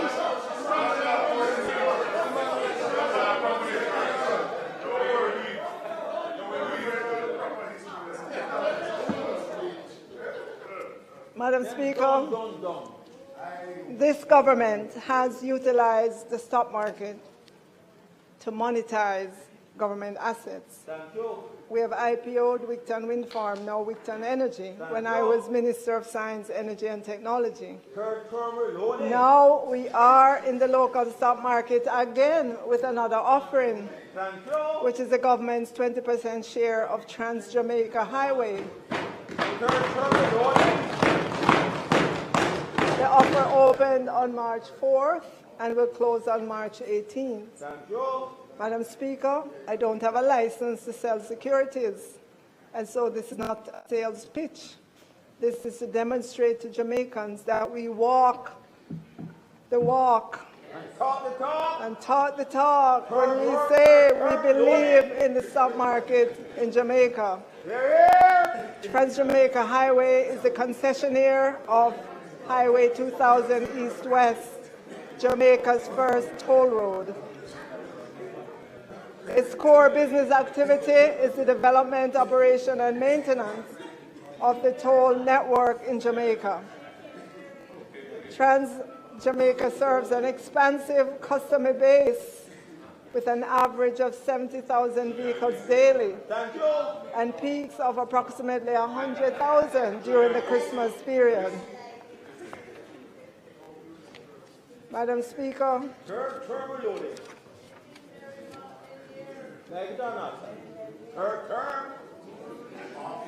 Madam Speaker,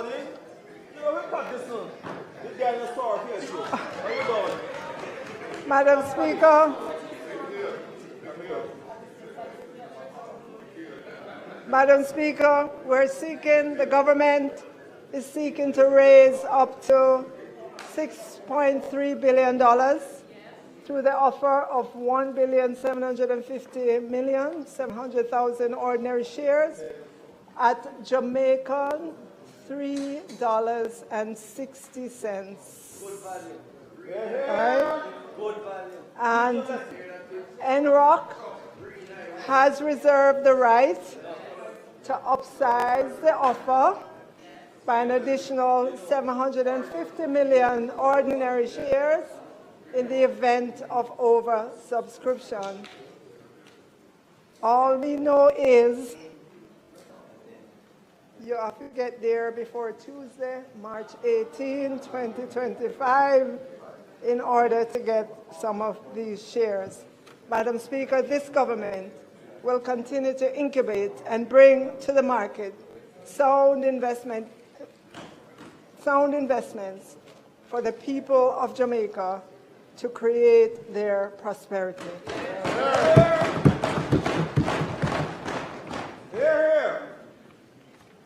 And that, Madam Speaker, is good news number, you keep in track? Good news number 5, right. And Madam Speaker, the financial sector has given me many more ideas, but those ideas will require a sit down with them to understand everything that needs to be understood about those ideas. On the issue of dividends, Madam Speaker, in Jamaica, we've had a difference in the tax rate on dividends for resident companies and individuals, so which is 15%, and for non-resident companies and non-resident individuals, it is 33 1/3 and 25% respectively. We are pleased, Madam Speaker, to announce that there will be one rate for resident and non-resident companies and individuals of 15%. I want to say to Jamaicans, when you hear non-resident companies and non-resident individuals, don't immediately think foreign companies or foreign individuals. They may also be companies registered abroad that are owned by Jamaicans. There are also Jamaican individuals who live abroad in countries that have lower dividend rates, that receive dividends from Jamaican companies. This benefit is one way to say to those Jamaicans who have companies abroad in jurisdictions with lower dividend tax rate than what currently prevails. We are saying to them, we are lowering the rate for you. Bring your capital back to Jamaica. And that is good news number 6. Good news number 6. So, Madam Speaker, again, to remind persons of the good news so far. Good news number 1 is what was in the budget for all our ministries.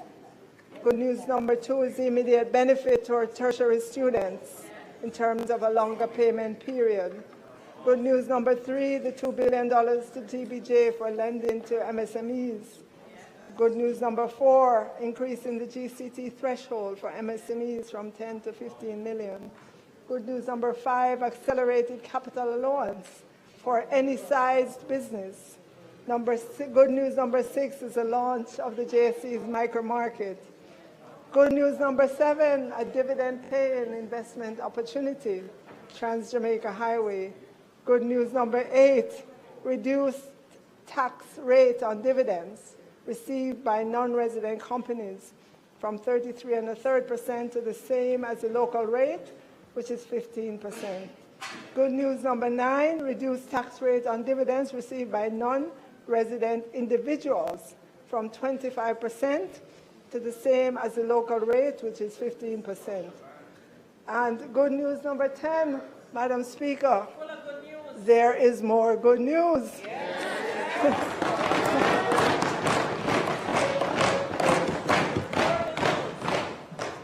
Madam Speaker, everyone knows Minister Vaz is in charge of the electricity players in the industry, and he answers to Jamaicans for anything that goes wrong in the sector. He not only answers to Jamaicans, he advocates for Jamaicans. Remember the aftermath of Beryl? We were tired of hearing and seeing Minister Vaz calling on JPS to restore electricity. This should tell you, Madam Speaker, that Minister Vaz and this entire Prime Minister Holness-led administration wants an efficient electricity industry, one that is able to deliver the lowest electricity costs possible to the Jamaican people and the business. Madam Speaker, together with the Ministry of Science, Energy, Technology and Transportation, and following on the announcement the Prime Minister made at the National Arena, and we all remember what event that was, that this government will restructure GCT on electricity to make electricity more affordable and give those who want legal access to electricity the opportunity to do so. Yes. Today, Madam Speaker, we are pleased to announce that the commitment to reduce the GCT rate on electricity to 7% and eliminate the 150 kilowatt threshold for postpaid residential consumers is on track for implementation by the JPS starting on May 1, 2025.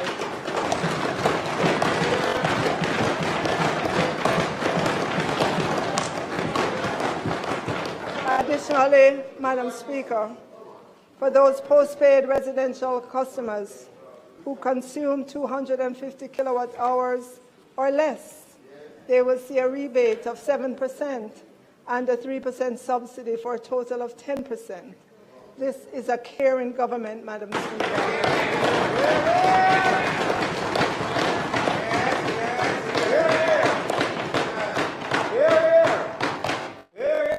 And a government of solutions. And I'm not done yet with Minister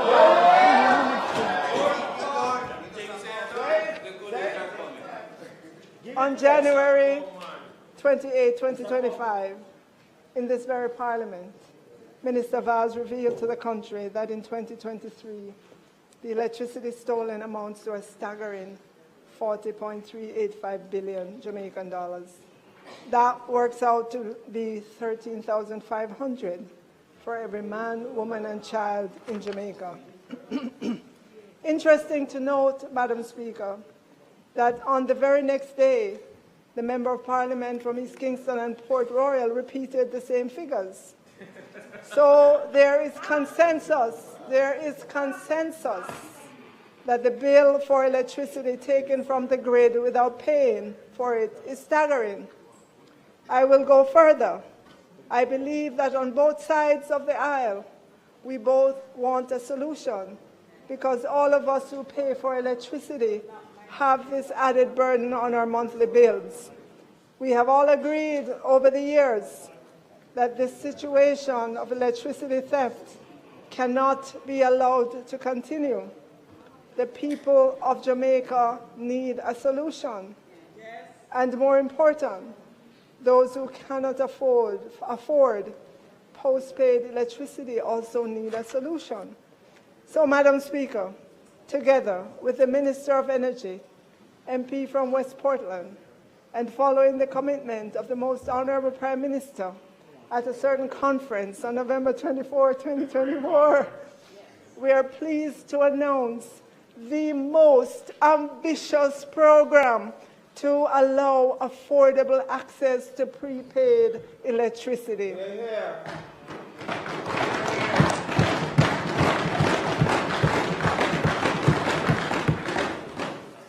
We announce the good news number 12.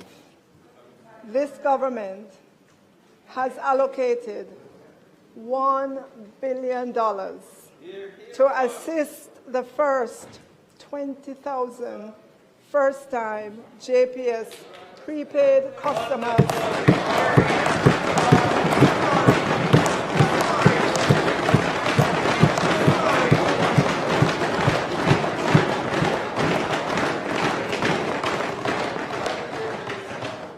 $1 billion, Madam Speaker, to assist the first 20,000 first-time JPS prepaid customers who sign up for prepaid electricity. The $1 billion will go towards paying for house wiring and inspection in order to get those with a legal connection to get legally and safely connected to the JPS grid. We know that the cost of house wiring and inspection can be prohibitive for many. And so as a caring government, we are absorbing that cost in order to begin to cauterize this massive electricity theft problem. Prepaid electricity will put legal electricity within the reach of many, because prepaid electricity allows you to buy the amount of electricity that you can afford. When you can afford it, you have complete control. You will be able to buy the card or the vouchers from hundreds of outlets across Jamaica. Just like how you buy phone card now, you may also be able to top up online as well. The technology will make it easy to incentivize the uptake of prepaid electricity service. we have another good news. The first 20,000 new prepaid customers will get $4,000 credit.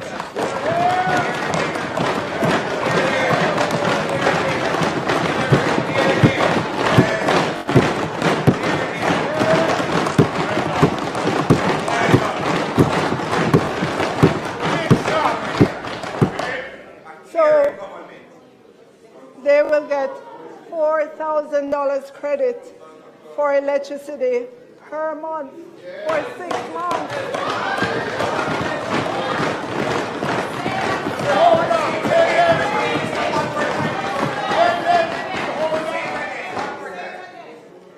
To incentivize the uptake of prepaid electricity service, the first 20,000 new prepaid customers will get $4,000 credit for electricity per month for 6 months.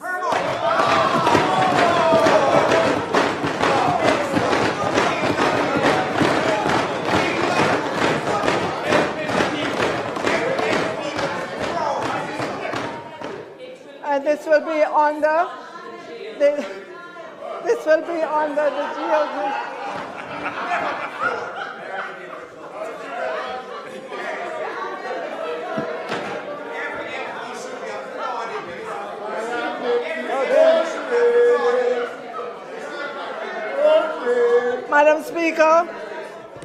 Madam Speaker. Minister, I can't hear you. I can't hear you, Minister. Minister, you may have another sip of water. Madam Speaker. You may have another sip of water, Minister.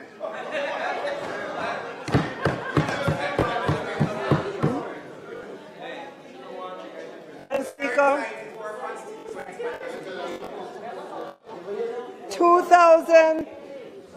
$2,000 of that $4,000 credit will come from the JPS.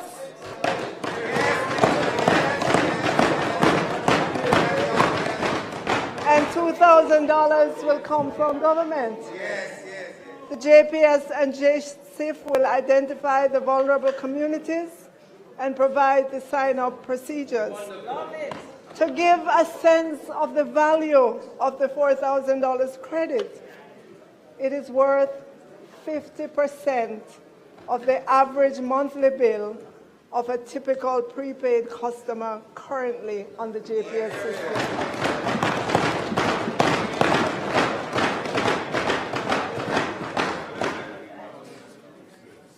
The data from JPS is showing that the average monthly bill for prepaid customers is $8,000, and that there are currently 17,000 customers who are using the prepaid electricity meter.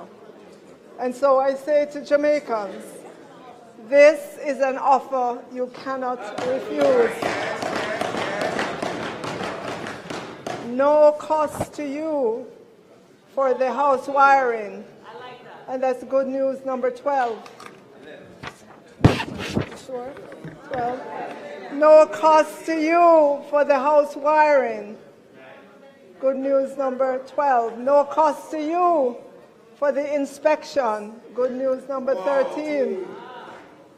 $4,000 credit towards your bill each month for 6 months. Good news number 14. No police running in on you to pull down the throw up. Good news number 15. Buy electricity when you need it and in the amount you can afford. $1,000, $500, $100, depending on how your money runs. Yes, good news number 16. What a deal. What a government. Madam Speaker, let me hasten to add that prepaid electricity is not just for vulnerable communities or persons not legally connected now. Any individual customer can buy the prepaid service, and the GCT on prepaid is also 7%. Good news number 17.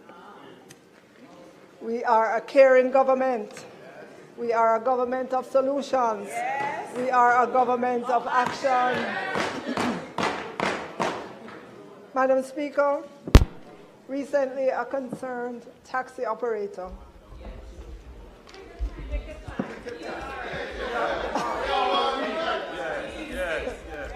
Minister, Mr. Dallas. just give the House a moment.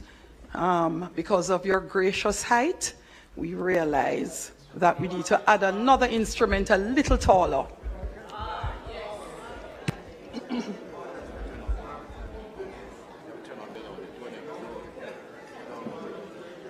Madam Speaker,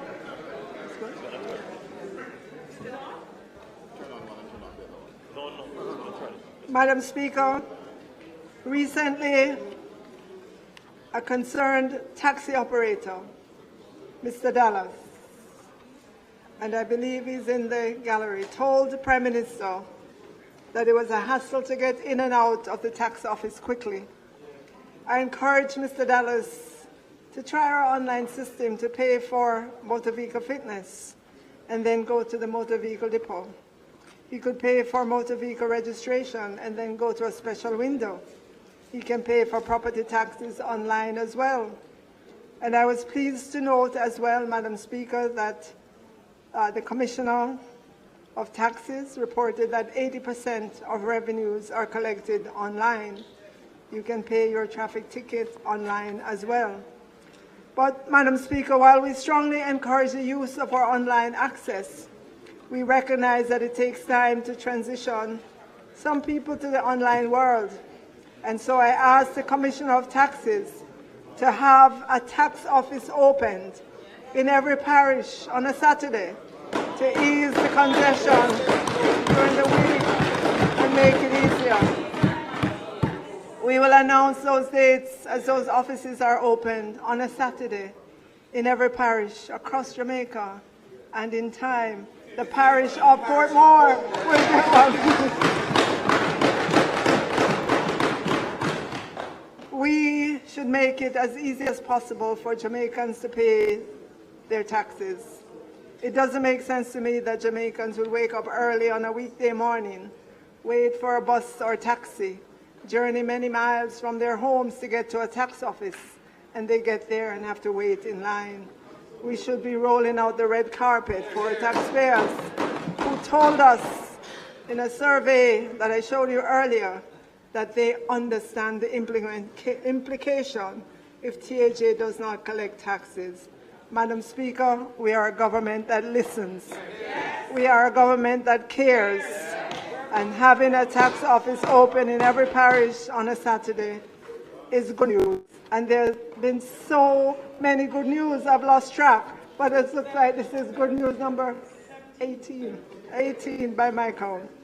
Madam Speaker, another area that is a real pain point for many Jamaicans are the ATMs and their lack of availability at the very time you need them.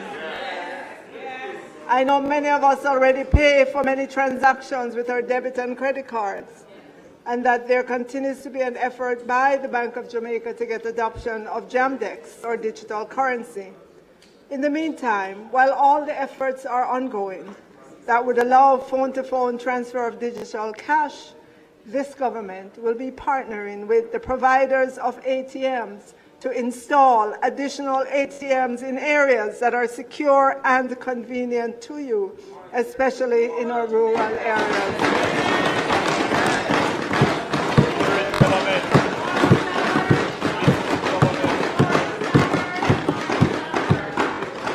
Madam Speaker, this government is listening.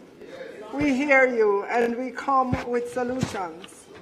Bringing an ATM near you is good news, number 19. Madam Speaker, the Chase Fund, since its inception in 2003, has awarded 4,909 scholarships valued at $829 million to more than 2,000 early childhood education practitioners and leaders pursuing undergrad and graduate degree programs in early childhood education, special education, literacy and numeracy, curriculum development, educational leadership, and educational administration at tertiary institutions. We have listened to our practitioners who have shared the many challenges they face in securing guarantors that affect their take-up of these scholarships and grants. This should not be the case for individuals who serve our country's youngest, who carry the responsibility of their holistic development. So moving forward, together with the Prime Minister, we have decided to move the need for guarantors for recipients of government scholarships and grants up to $2 million cumulatively.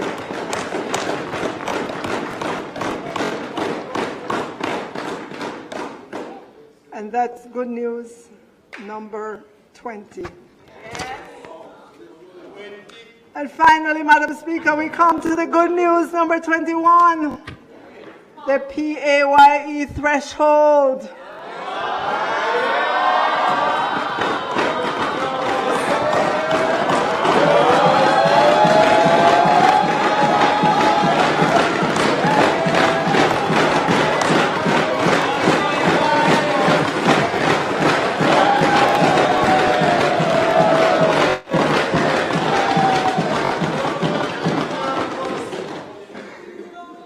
We're going there, Madam Speaker.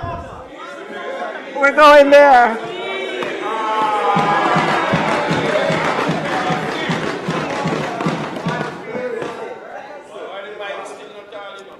Madam Speaker,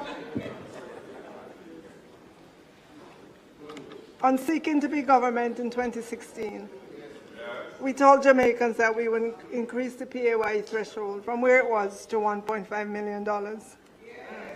I do not believe that there was anyone who believed that that could be done other than us. Other than us.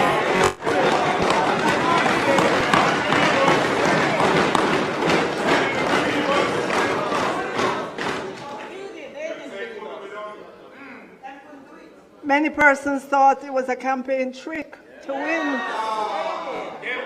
But we know we are a can-do government, a government of ideas, and a government of solutions. The Honourable Audley Shaw, Minister of Finance and the Public Service, came to Parliament in 2016.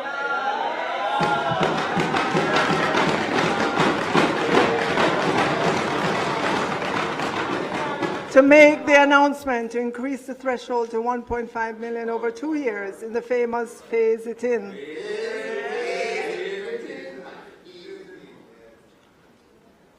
Madam Speaker, on May 16, 2016, a company that often does analysis of government's revenues wrote that the increase in the tax-free threshold of 1.5 million per annum will have particularly positive implication for PAYE workers on low incomes.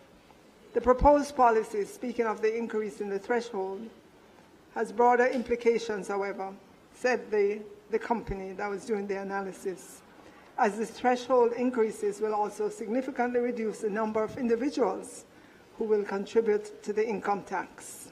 Perhaps, the analysis said, less than 110 persons in total, at 110,000 in total. At that time, in 2016, the writer of the report said that 90% of Jamaica's employed labor force will not contribute even $1 to income tax to the consolidated fund. In contrast, the writer said the remaining 10% will be required to carry the entire income tax burden, with yet a further burden being placed on perhaps as few as 12,000 persons due to increasing the rate to 30% on incomes above $6 million, end of quote. Madam Speaker, in 2023, when I looked at the PAYE data, we had 652,220 persons earning up to $6 million and paying PAYE. Madam Speaker, it's a funny thing. When you reduce taxes, you get more people employed. The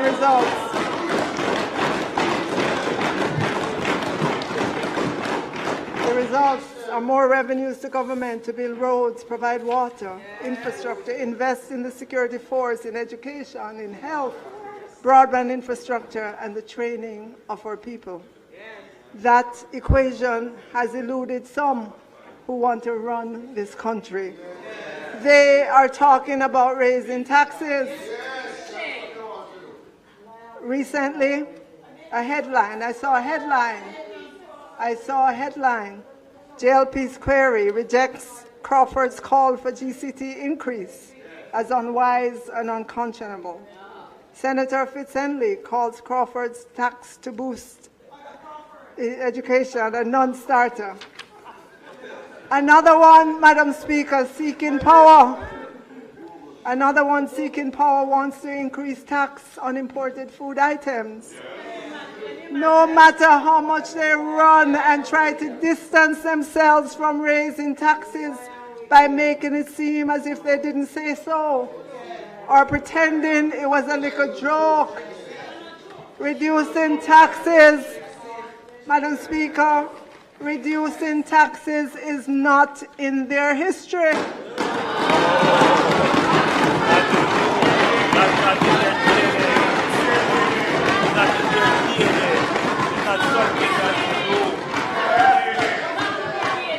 It is not in their DNA. Deficit spending and run with it is in their history. And so, Madam Speaker, the good news, this government will increase the threshold to $2 million.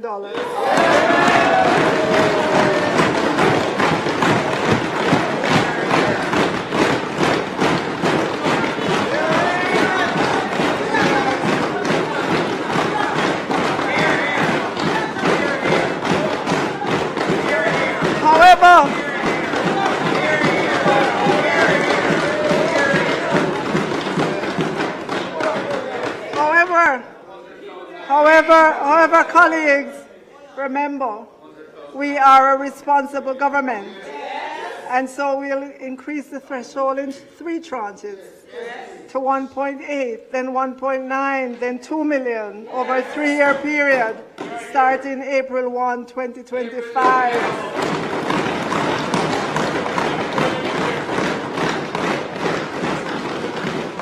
Doing it this way means our hard-working taxpayers don't have to guess and spell next year or the next year or the next year if the threshold is going to increase. When you have a stable economy, you can we are a caring government. We are a responsible government. Madam Speaker,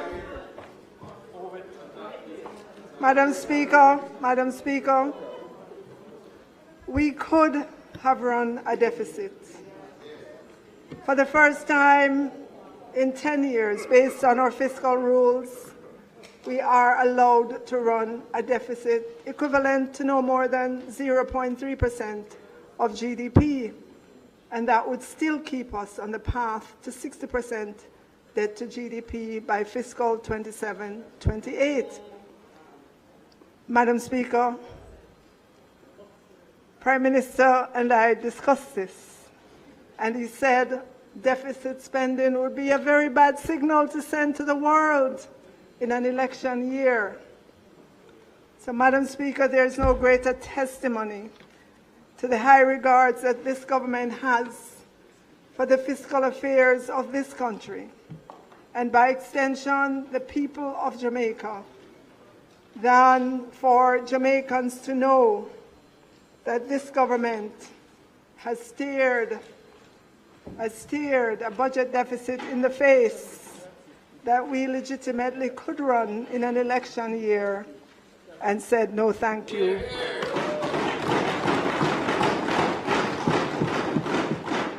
We want to preserve the hard-won gains of the people of Jamaica and their children and grandchildren, so they will not have to suck salt through wooden spoons again. We on this side, Madam Speaker, are not like them. The Run With It Party. The Run With It Party. The party of more taxes. Madam Speaker, as I close my presentation for fiscal year 2025-26, we come to the people of Jamaica with a balanced budget and no new taxes.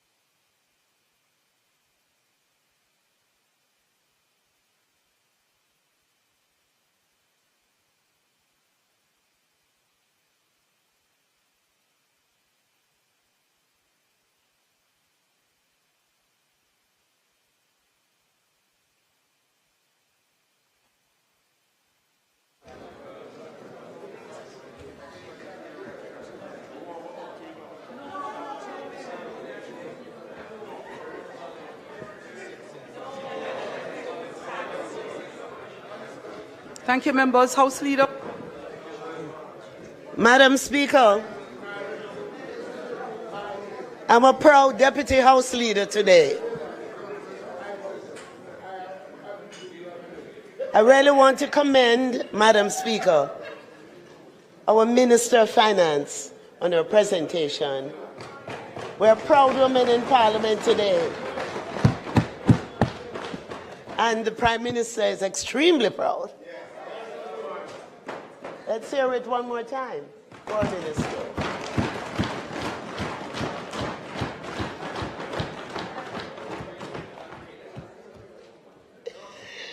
Madam Speaker, I now ask that the debate on the bill be suspended until Thursday, March 13, 2025, when the opposition spokesman on finance, Mr. Julian Robinson, will make his contribution to the debate. Thank you, Madam.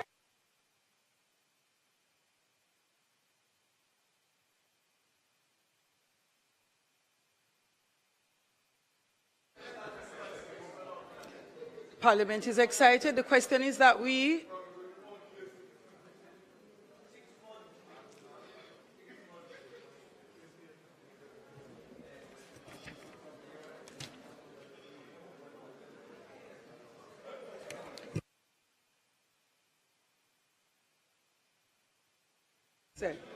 members, the question is that we suspend the debate until Thursday, March 13,